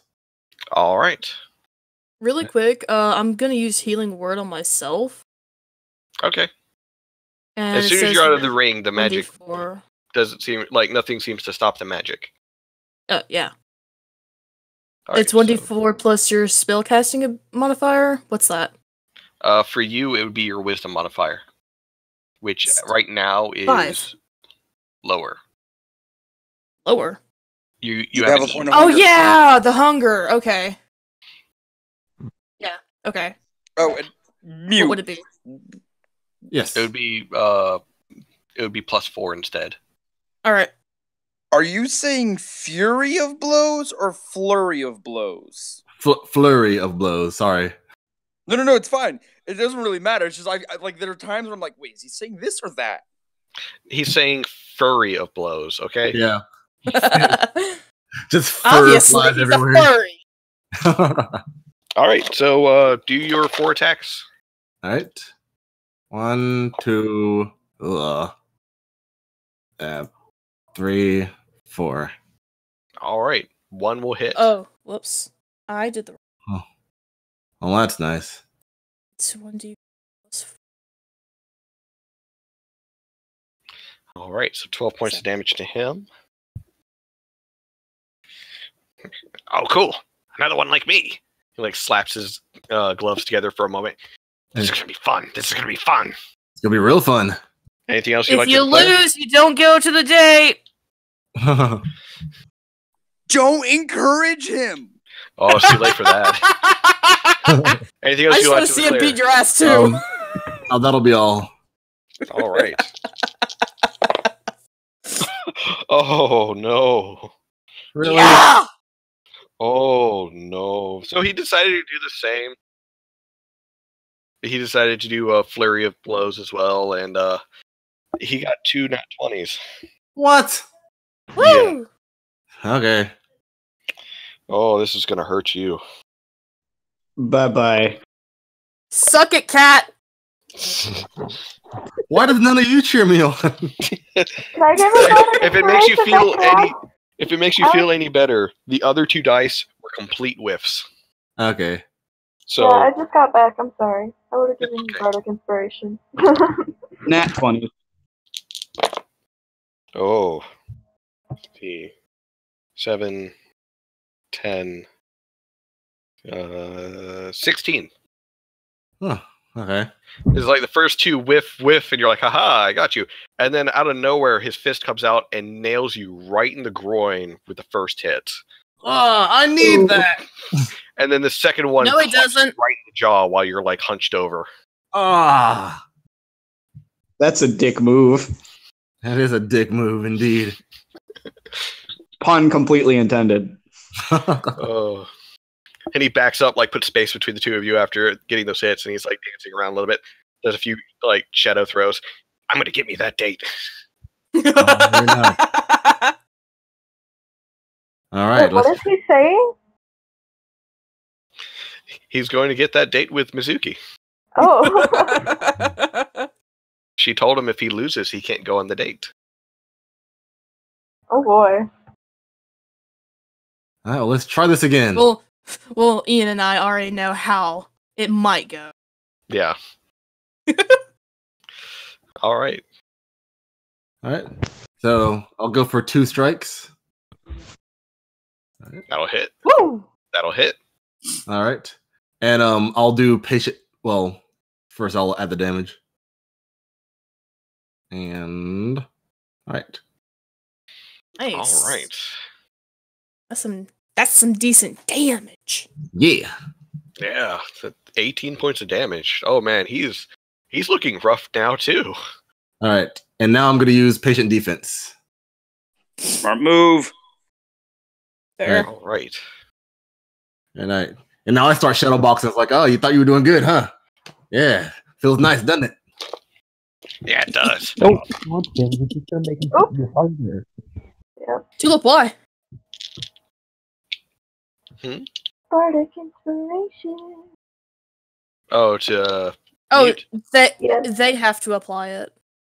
Yeah. Yeah. Oh no, she's saying that she's giving it to him. Yeah, so he can use it when he wants. All right. So since he's swinging with disadvantage, I gotta get some more dice. Obviously. So first swing. No. Second swing. Let's see. Your AC's 18. Yes. Okay. Yeah, that hits. Arg. First flurry of blows. God dang it, Ragnus! Now Flurry you got me. It's just flurry. How is this hard? No. Divine fury of blows. Yes. So he hits you 2 more times. Damn. Even at disadvantage? Even at disadvantage. Jesus. Mm-hmm. He has a +6 to hit. Woof.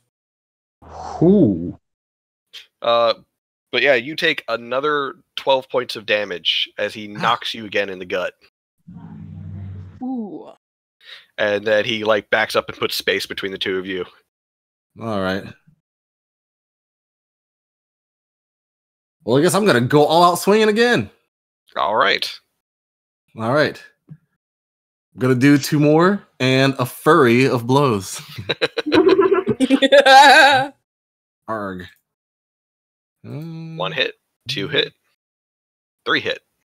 Nice. All right. 1 hit, 2 hit, 3 hit, you hit. 1, 2. Yes. Oh, that's a lot of damage. That's a lot of You damage. knock him out. Ooh. With That's some right. Don't quick come to my stri- town.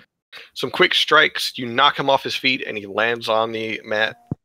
Out.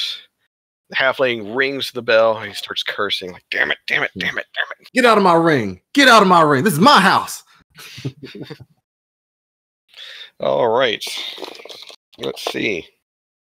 Yeah, he's able to rouse and wake the goblin back up. And he's like staggers to his feet and looks at you. That was a good fight. That was a good fight. You cost me a date. Yeah, she's you don't want to date right on the tail. She's out of your league.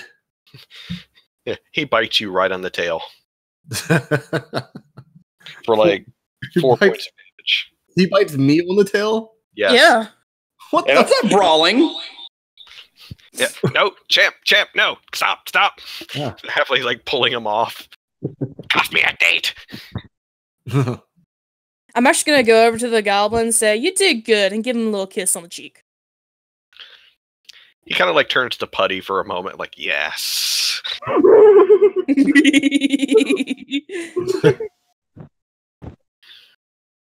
right. Well, I'm just looking for my monies now.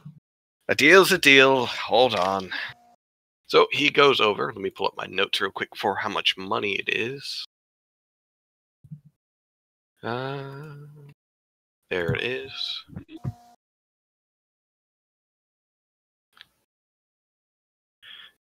You find in this lovely, once again, it is the size of a cast iron pot. All right. So you find 500 silver pieces. All right. Hold on. Give me 1 second to write it down. 300 gold pieces. 500 silver. 300 gold. 4 gems. One is an gems. amethyst worth 120 gold pieces. Ooh, hold on. Said 4 gems. Yep. And 1 is an amethyst. Worth 120 gold pieces. There's a hermatite worth 10 gold pieces. I'm sorry, hematite. Hematite. There is a moonstone with the marking of Nalara on it, worth 40 gold pieces. And a rose quartz worth 30 gold pieces.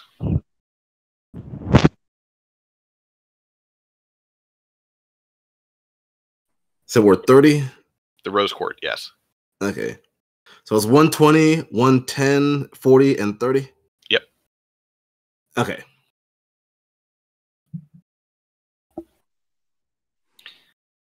And that was all that was in the pot. All right. And Mew. What's up? If you're willing, I'd actually like to barter for that Nalara Moonstone. All right. Yeah, sure thing. I'll let you see my sister. Uh-oh. Whoa!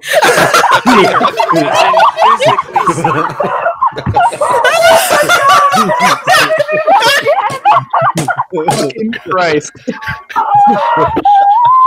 It's gonna be like that 70s show where what's Ashton Kutcher's character like keeps like busting into the room. Oh, sorry, Donna. Like trying to see Donna naked. Yeah. Oh my god. Oh, sorry, Donna. I'll let you physically see her. However, I can't guarantee that she'll exactly be most welcoming to your type. She's dealt with a lot of suitors. Your type. Suitors. I literally just like look at him. She's scary even for me. Okay, Mizuki. Suitors, not his type specifically. His type of personality. The suitors. She's dealt with a lot of them. I know. I'm just giving you shit. So, we have a deal? Sure thing. All right, Ragnus, as soon as that moonstone hits your hand, you feel Nalara in it. This is a moonstone actually from one of the shards that fell from the moon. And I can't believe your paw touched this. Yes, it did. It felt nice. I knew right when I touched it, I'd have good luck. Wow. I really want to punch That you. should really say date me. I really want to punch you right now. Hey, you made the deal, and I agreed. No. No, not about the deal.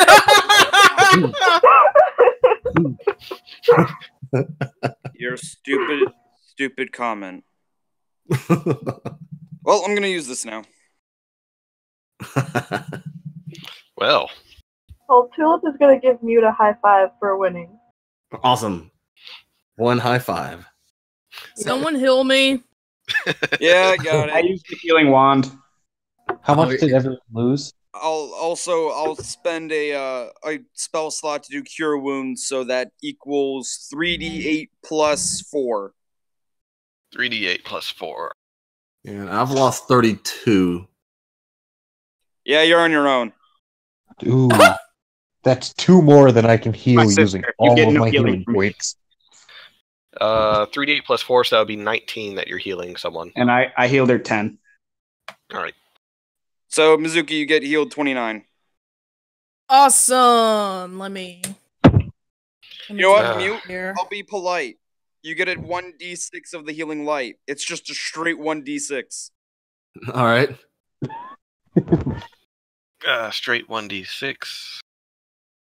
All right. How much did you guys say I was healed for? 5 for me. I'm nice. 29, Mizuki. Nice. What did you say you guys healed me for? 29. 29. I healed for 29. I healed Mute for 5. He healed him for what, 6? Yeah, so 11 back to Mute. Okay. But yeah, you see the halfling consoling the champ as he lost, and he's like, it was worth a good run. Yeah. Let me know if you want to do another challenge. He looks at his boxing gloves, looks back at you. Later. Not now. All right. Sure thing. I'm gonna pat the goblin on the head. You dig. He smiles. He's happy about that. Even though his mohawk adds like an extra, 3 inches to his height. Like he tries to do a few shadow punches and then he just like stops. He's like, okay, I'm tired. The halfling is like, upset. He's like, all right, you got your money. Get out of here. Go. Get. All right. All right, champ. So we got to think of a way to, make sure you don't lose again and beat up the next people who challenge you in order to get some money back. I saved some of it because we didn't put all of it in the pot, so we're going to be good. They start talking, and the champ's just kind of standing there, sad because he lost. Yeah. Well, I guess He got a kiss on the cheek. That helped him. That definitely did help raise his spirits, but his perfect record's destroyed now. Your perfect record could help up the fights, and then you get to be around Mizuki all the time. Make a persuasion check.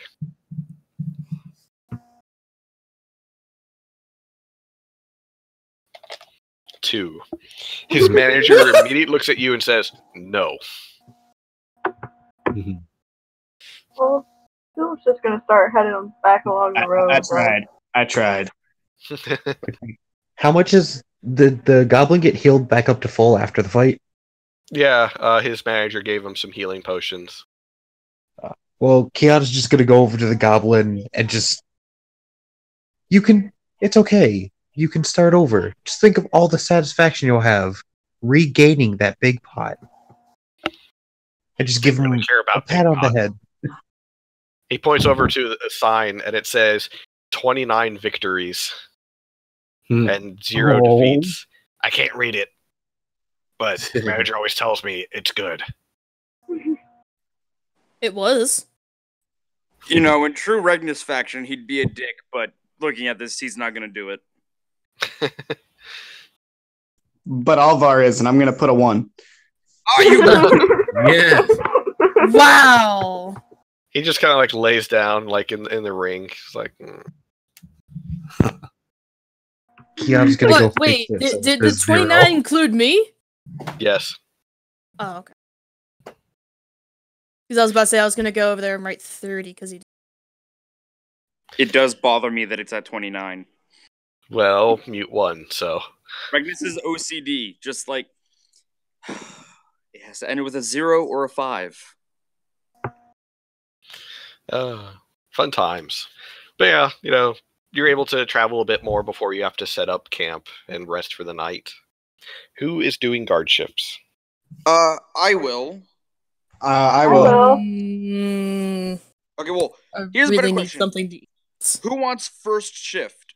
I'll take it. All right, who with non-dark vision is going to take it with him?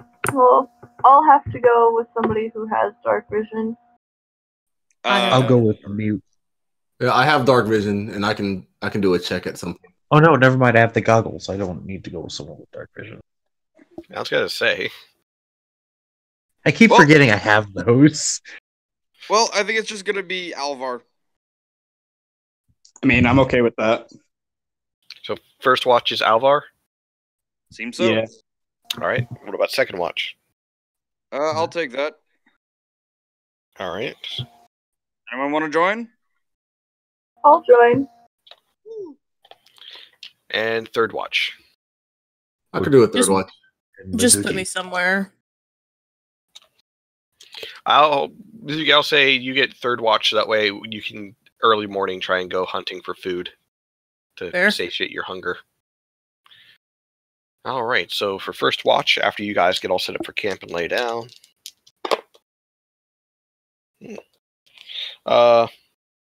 Alvar, make a perception check for me.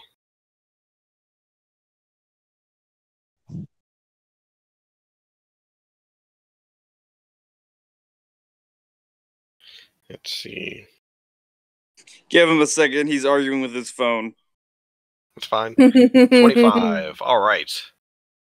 So, as you're sitting there, watching over everyone as they get down and they're sleeping, probably about 2 hours into your watch, everyone's sound asleep, and you just happen to glance up, and overhead in the starry night sky, you see a dragon flying. Oh, what? But in the moonlight, you're able to tell that it's a bronze dragon as it flies over.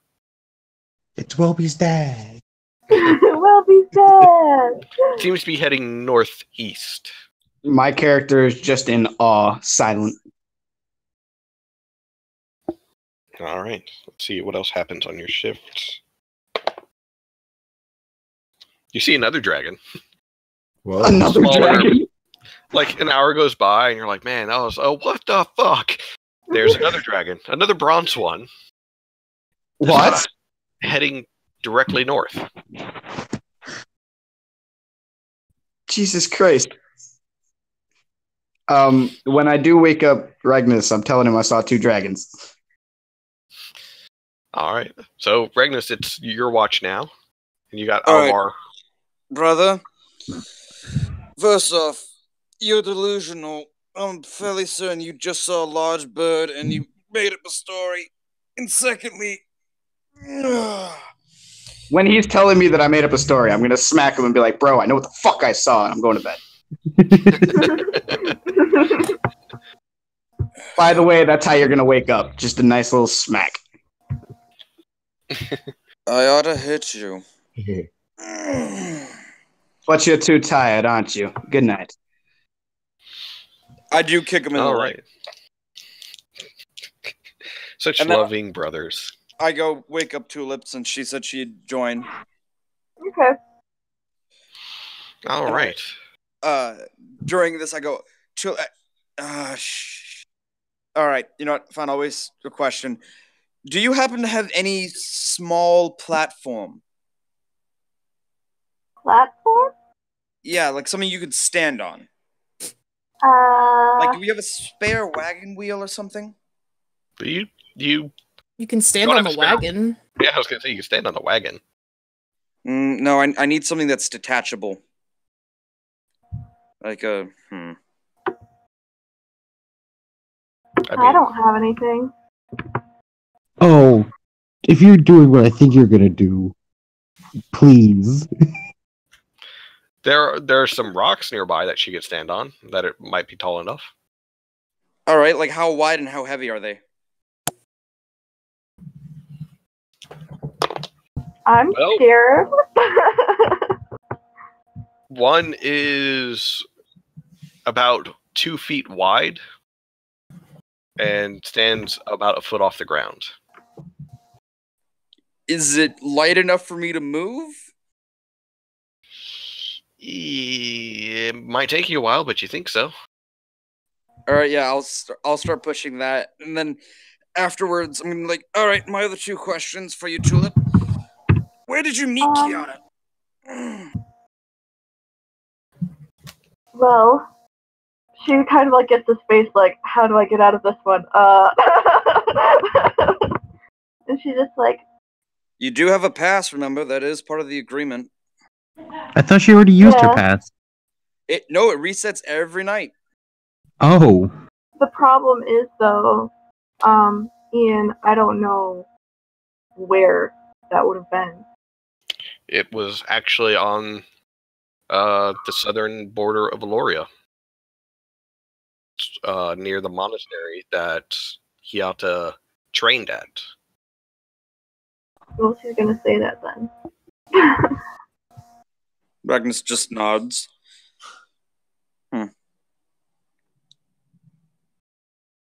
And as he's doing his watch, he's going to slowly start marking the stone.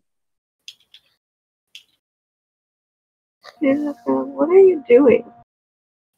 Well, if everything goes according to plan, something quite entertaining. She's like, what?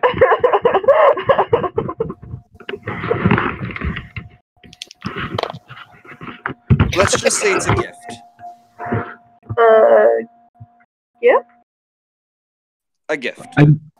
I really hope you're gonna do what I think you're gonna do, because that would be entertaining.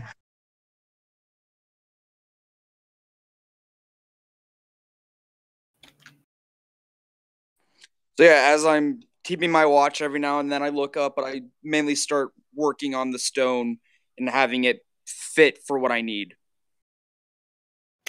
Oh, I see what. Okay. So I rolled, and you guys don't see a dragon, but you do see a few tall, slender figures, kind of like walk through the camp as if they own the place. They don't touch anything. They don't bother any of you. They just walk through. One of them gives tall, slender figures. They're wrapped in garbs and everything. Can I roll to see if I know what they are? It's Slenderman. It is Slenderman. No, it's Endermans. Enderman. People. These are drow. And they ignore your existence for the most part, except for the last one. He looks at you, Regnus, flips you off, and they just keep walking. Regnus is just gonna stare and be like, and look at Tulip and be like, "The fuck was that?" Mizuki laughs in her sleep. That was really weird. Yeah, I could have sworn they were all bloodthirsty slavers.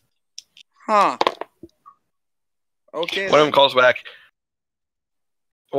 back. And we thought you were all racists. I didn't say that loud.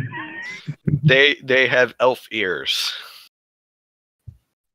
The laugh was so loud I heard it over my phone from Kelkers. Yeah. I'm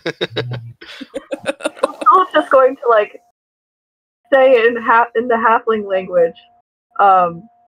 Well, last time I checked, people don't walk through people's camps like that. They don't have a response because they don't know what you said. So. Yep. I'd say something gonna be like, "Stop fucking yelling."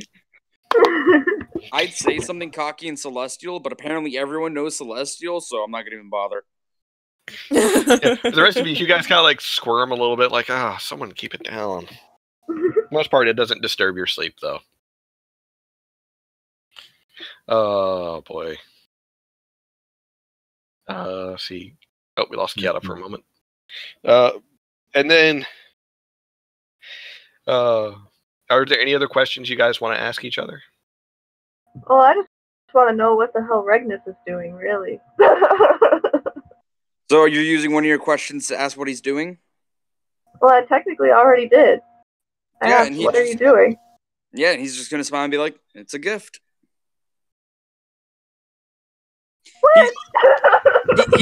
He's hopefully loaded it into the back of the wagon. It took you some time, but you were able to do it. Right, and What happened? I got disconnected from voice chat. Wait, so why did I have to stand on the rock? What's going on? Just checking something. She's gonna persuade him. What's going on? Tulip. Wouldn't you like to know? It's a gift. What's going on with a 27 persuasion? I'm sorry. Regnus is not going to share what's going on. He's just going to dig his heels in and say it's a gift.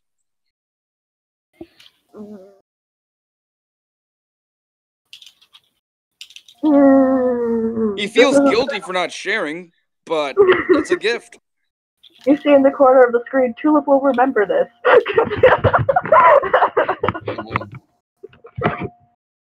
But it's just a gift, honey. She stops. Oh, just really quick, mute. Can I have my 10 gold pieces back that I put into the pot? No. Oh, yeah, no problem. I was gonna say, for the last thing that Tulip and Regnus see, you see at first you weren't sure about it, but after a moment you realized that one of the trees by your campsite has actually been moving closer and closer and closer until it's now little limbs are coming down and stealing fruits and stuff off the back of your wagon. Put it back or I will shoot. Hey! The tree stands still. Eldritch Blast. Boom. Don't Eldritch Blast the tree? You want to start a forest fire? Well, okay. First off, it does not create fire. Secondly, it's a warning shot. Don't All Eldritch Blast the tree. A warning shot. So you fire off a warning shot, it panics, and it wakes everyone up as it suddenly throws... Hold on, let me see.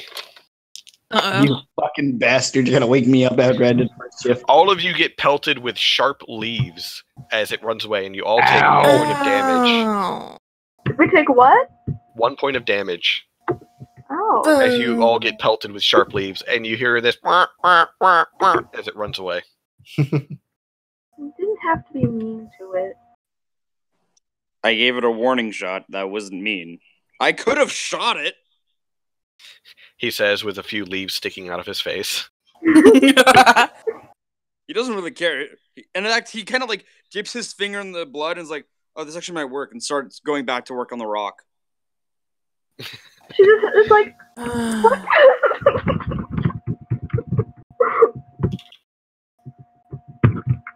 I need a gift for this situation. All right. So all of you were rudely awakened. Yep. So I guess You whoever's on third motherfucker. watch, you guys get to deal with Regnus staying up through your guys' watch, just working on the stone. Wait, who's on watch now?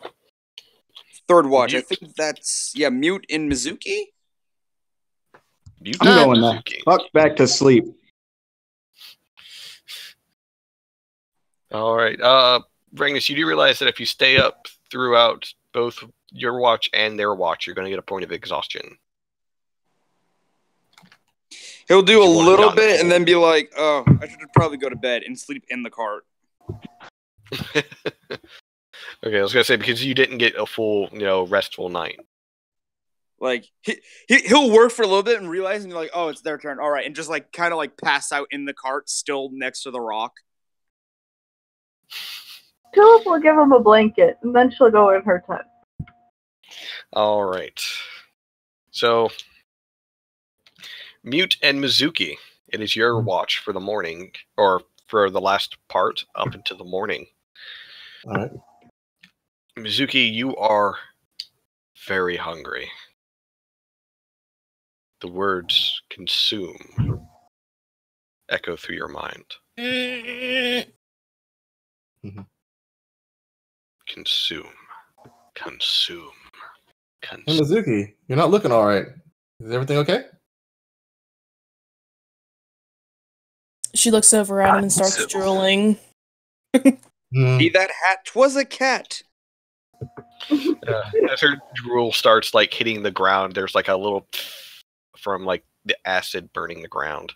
Ooh, do I look that good when I wake up? I'm hungry. That would be one scary kiss, let me just say. I've kissed worse. Yeah. Yeah. I Indeed. have to go, so I will talk to you guys later. See you, Kiara. See ya. All right. Yeah, she fun just time. continues to look at him and just say, I'm hungry. Oh, well, we did get all these rations. That is not going to satisfy my... Do you need 2 rations? How many rations would I need to satisfy my hunger? Since you're at 2 stacks, you would need to eat 5. And that would put you back at like normal, but it won't hold you throughout the entire day. I'm going to look around for some animals. Make a survival check. 20. Yeah. Let's see. Nice. I want a deer. Can I find a deer? You do find a deer grazing as the early morning light starts peering through. They just pounce on. All right. Let me roll for your success chance. Yeah. Deer didn't have a chance. So all of a sudden, it's sitting there grazing and looks up, and there's Mizuki in its face. And then it has no face. Suddenly, Mizuki. Mizuki, pounce. For Mute, on the other hand, she said, she's hungry, and she leaves, and then she's gone for 2 hours. And you're just kind of sitting there watching camp.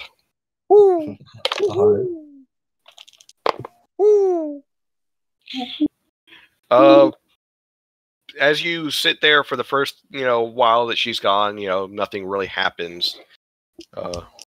You hear the occasional owl, maybe a bat or two, other nocturnal animals scurrying around. Yeah. The second time you actually notice something, though, you see, flying overhead, a dragon. Oh. I was fucking right, motherfucker. Dragons. It looks down at you guys for a moment, and then just keeps flying. It's a bronze, and it flies off to the northeast.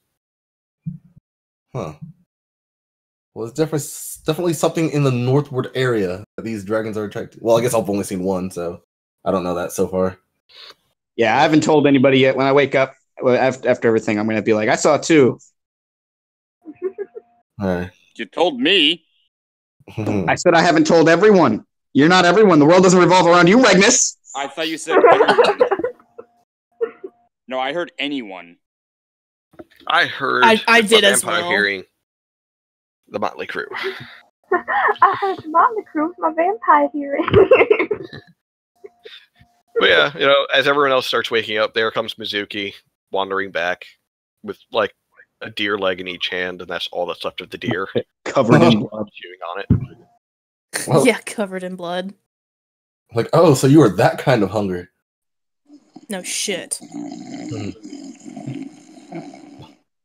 What the fuck is snoring? There's It's Regnus the on the back of the turtle. cart, still That too. sleeping on his rock slab that he was working on. I'm going to finally tell everyone, I saw two dragons last night. I also saw Really? a dragon. We just saw some drought.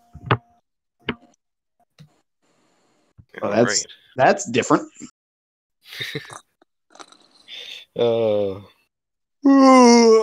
Choices. You always make bad choices. Look, it's not my fault. The world just hates me. You got that right. And if we take too much longer, Sister is going to hate us. After that, he immediately shoots up. Fuck. Yeah, that's what I'm gonna do to your sister. Shut up, Mute. Regnus does that thing where, he's just slowly getting up more and more angry, and he's like, I'm sorry, what did you say? Huh? It's like, I wasn't here to help him make that decision. I would have said no. I said you could see her. That doesn't mean date her. That doesn't mean marry her. That just means you can physically use your eyes to gaze upon her. Well, I don't know. I think you implied more than that for that stone. No, he didn't. Do you want to be neutered? I'll do it right here, right now. I'm going to slap Mute with a deer leg. Me? Yes. Thank you. Bludgeoning damage? Non-lethal. Damn it. Non-lethal. Damn it. So it's really just out of nowhere, you get smacked with the deer leg. It hurts only a little bit, but for the most part, she just covered your face in blood. Yeah, and it's really slimy as some of the muscle just slowly drags across the face. It's oh, that's bad. No. I feel like Mute is a bad anime character who always makes the snide joke, and then all the characters just beat the ever loving crap out of him, and he's there in the cloud dust with the swirly eyes and the dust coming off of him. Yeah. Yes. Pretty much. That's pretty much him. So you guys are able to load the cart up, you know. Kyata. Look at that deer. Got fucking Shrek. Not in my swamp. But yeah, you're able to like load everything up back onto the cart and get. I'm moving. on that cart. Kyata sits on the back with you, watching you, Working and then on just this goes to stone. meditating. Oh. You know, I wish I could wake up IRL the same way my D&D I had characters to stand on it. What was that, Tulip? I'm just confused as to why I still had to stand on that stone. Like, what? That question.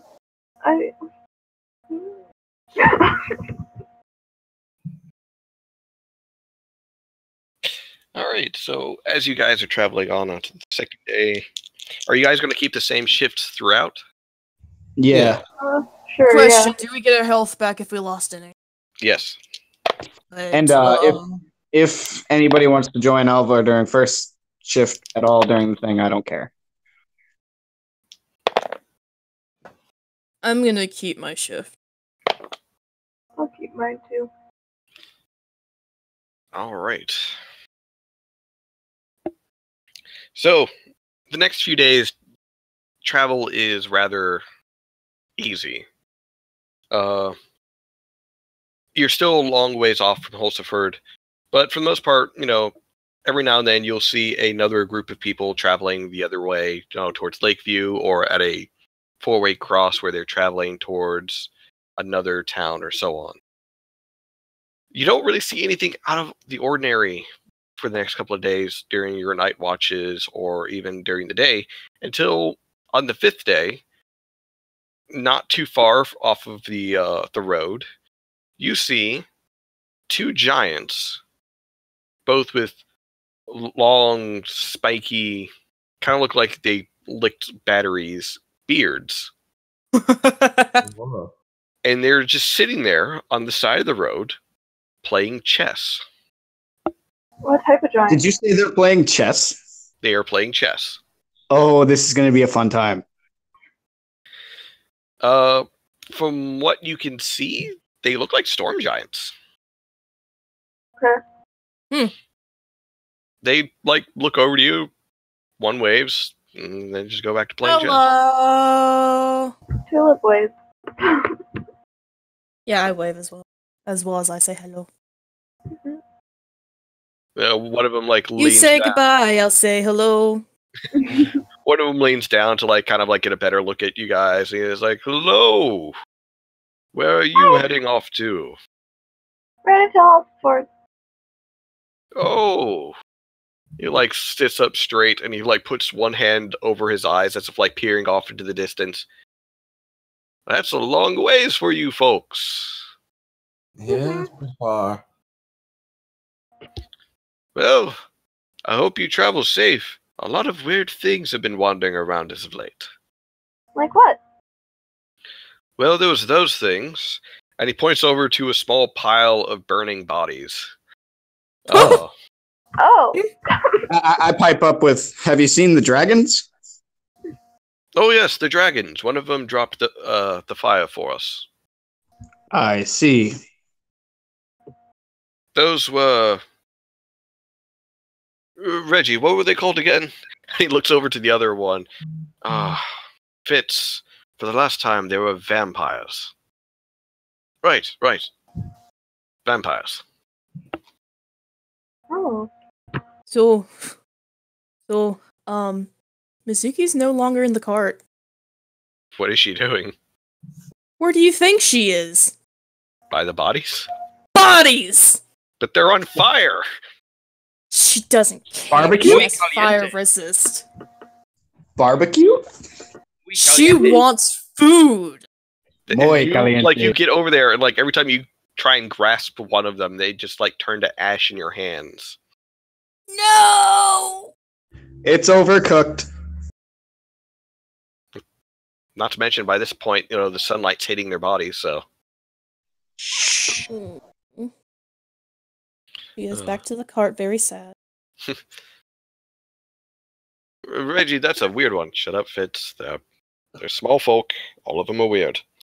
I know I'm weird. That is a very fair thing. Ragnus offers the rest of his rations to Mizuki without even looking, still working on the stone. How many is it? It's whatever's left of his rationing. He didn't eat much of it as he's mainly focusing on the stone. Well, you at least ate the 1 ration per day, and it's been 6 days of travel, so... I'm not saying he didn't eat any of it. Like, he ate, like, some of it and, like, was holding it off, and then it's like, he's offering... He's talking about 1 ration. Well, didn't someone get rations for everybody? Yeah. You each got 25 rations. I'll eat, like, maybe 2 or 3 of my own. I just really prefer alive. Pray. Oh, Christ.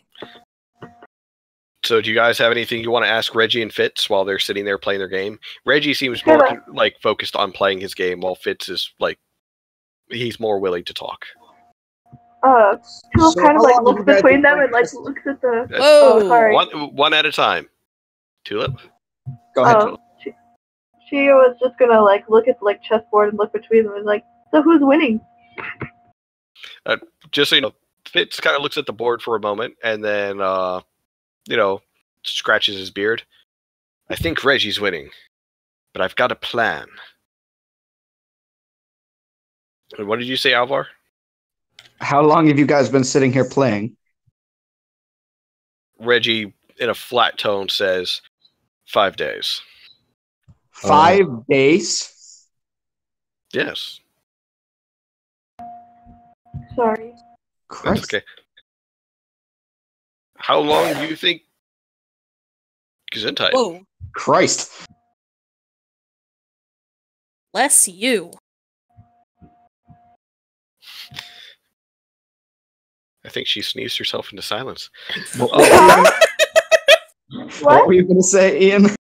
I didn't sneeze. What? We suddenly heard a burst of noise from your line, so we thought you sneezed or something. No, my sister just like burst into my room as she does. Sorry. Oh, that makes a lot of sense. It sounded like a big. Yeah. Sorry. Right, yeah, so, Reggie says they've been playing for 5 days. It's like, well, how long is a game supposed to take?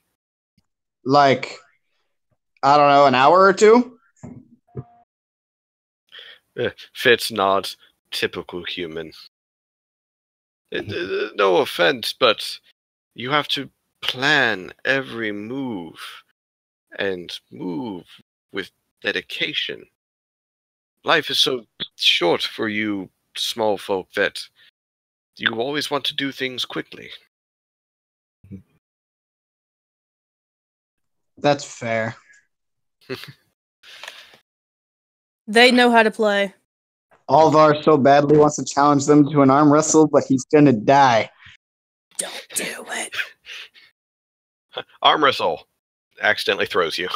And I'm already home. Wait a minute. If they throw me and I activate my wings, can I just go very far? Your wings would kind of act like a gliding. Hell yeah. But that being said, stopping power your wings do not have. I'll just Batman glide as far as possible. That won't change the how hard you hit the ground. Well, it will, but not by much. You're right. Of course. Don't the wings only last for like a minute? Could, but it still wouldn't change. I could just cast fly on myself, and as they throw me, when I start to reach the ground, just continue flying. We could go so far, brother. Correct. I could. I could go far. I'll just die. Oh. By the way, as the two stone giants, argue for a moment. I'm sorry, storm giants. As the two storm giants argue for a moment about whether or not a move one of them is about to make is legal, it starts raining. and then it starts raining more. No, the stone! I'm under the table. One of them, Reggie actually looks up, and then he looks down underneath the table to you guys. It's going to be raining for a few days. Oh, joy. Does anyone have like a tarp of some type? I could have sworn we bought one. Yeah, I could have sworn in the very beginning of the game, I bought a tarp specifically for this purpose. You did. How big is the tarp, though? It's meant to cover the wagon. Yeah. Okay, let's cover the wagon. So you guys, get the tarp up on it as quickly as possible. And it's like, yay! The stone. It's a small victory. The stone's fine. Forward. Yeah, Regnus, the stone is fine. Your work is not undone. Mizuki finally notices the stone. What the fuck is that? Not food, so it doesn't matter to you. It's a gift. I'm just asking a question. Tulip looks at her and she's just like, I've been trying to get him to tell me this whole time, and he just won't. I mean, I understand it's a rock, and I understand there's something on it, but it's a gift. I don't see what's the complication. Can people just make gifts for one another? Who's the gift for? I haven't figured that part out. Right, to answer your question, you think you might be able to get it done maybe a week before you get to Holsterford, if travel remains the same. Alright, so another 7 days. Yeah.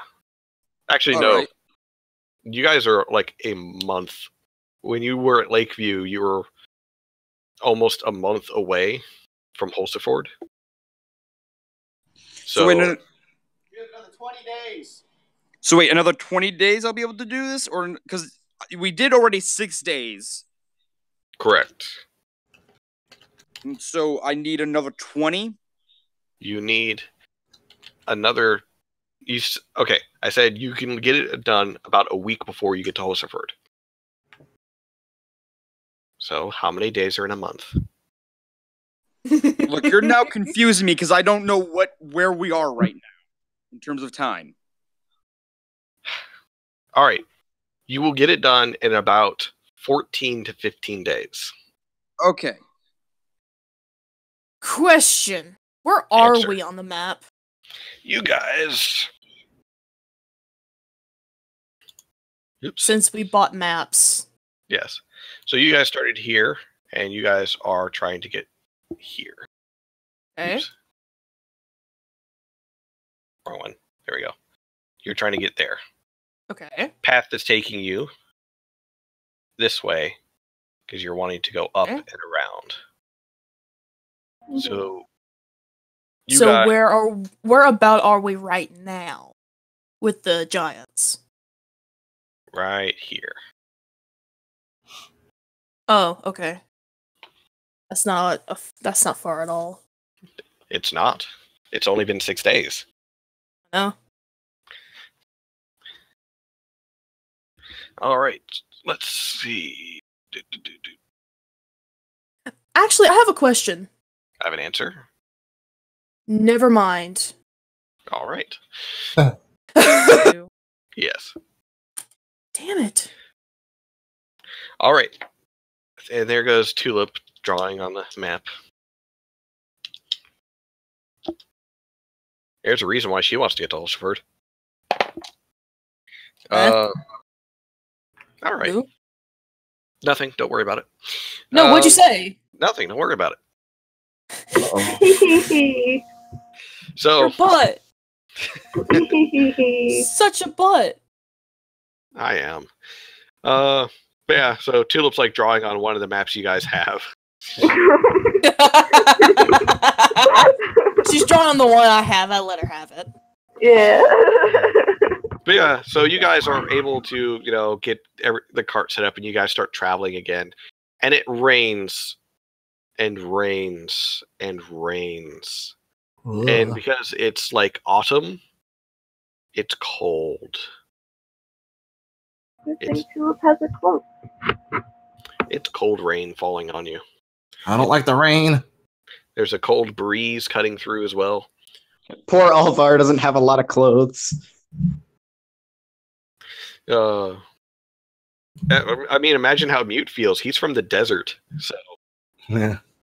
He's got natural fur. he is a desert cat. Desert rat. That's what we used to call my dog. She loved the heat, so we called her a desert rat. All right, so let's I see. have my tail wrapped all around me, and I'm warm. Mm. Yeah, Miss goes sleep in a fire to stay warm. All right, so let's see. You guys don't encounter anything odd for the next few days, except for the fact that I need you guys to do a quick perception check.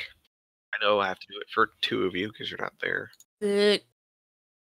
I gotta sheet back up because I was looking at the map. Technically 3 of us, because Kiara's not here.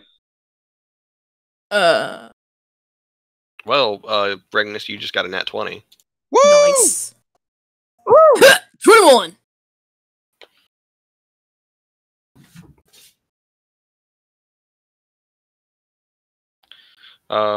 See. Alva, are you rolling, or do I have to roll for you? He'll roll in a second. He's There he goes. There it is. arguing. Yeah, there he goes. All right. When you guys roll, it covers up what I can roll. Oh. Tulip is too distracted drawing on the map. Fair. So, Kiara, Alvar, and Tulip don't really notice. They're more busy dealing with the fact that it's raining. Yeet. Mizuki, Mute, and Regnus, you see a few figures standing on the side of the road, underneath a makeshift, it kind of looks like a rest stop. And Regnus, you recognize one of them as the drow that flipped you off. And they're just kind of standing there underneath it because they don't feel like being in the rain. Sucks for them. Looks like we're gonna lap them. Yeah, are we just gonna drive by, or is this like we also have to stop here because it's starting to camp? It's where you can start a camp. You don't have to stop there, but it's like I don't want to. I don't want to. He works on the stone a little bit, looks up, flips them off as they're driving away. Mizuki, I'm working on my gift. All right, I am nice. Does Regnus sound nice to you?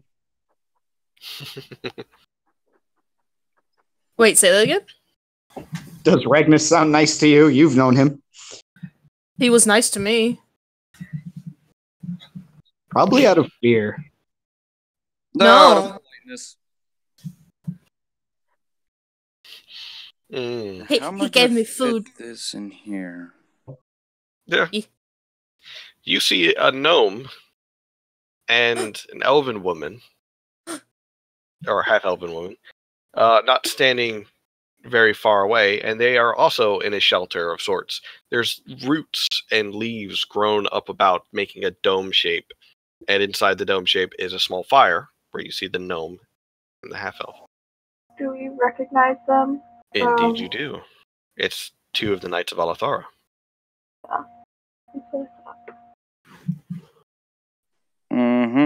Yeah, No. let's keep going. No. Stop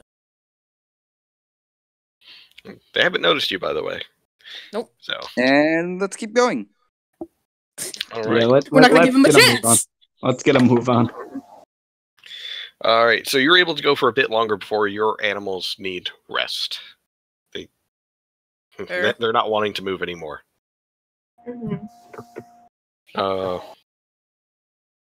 And it's going to continue raining, but that's where we're going to leave off for now as you guys set up camp. It's miserable. Looks like everyone's having a cuddle in the cart. Sounds like my ex-girlfriend.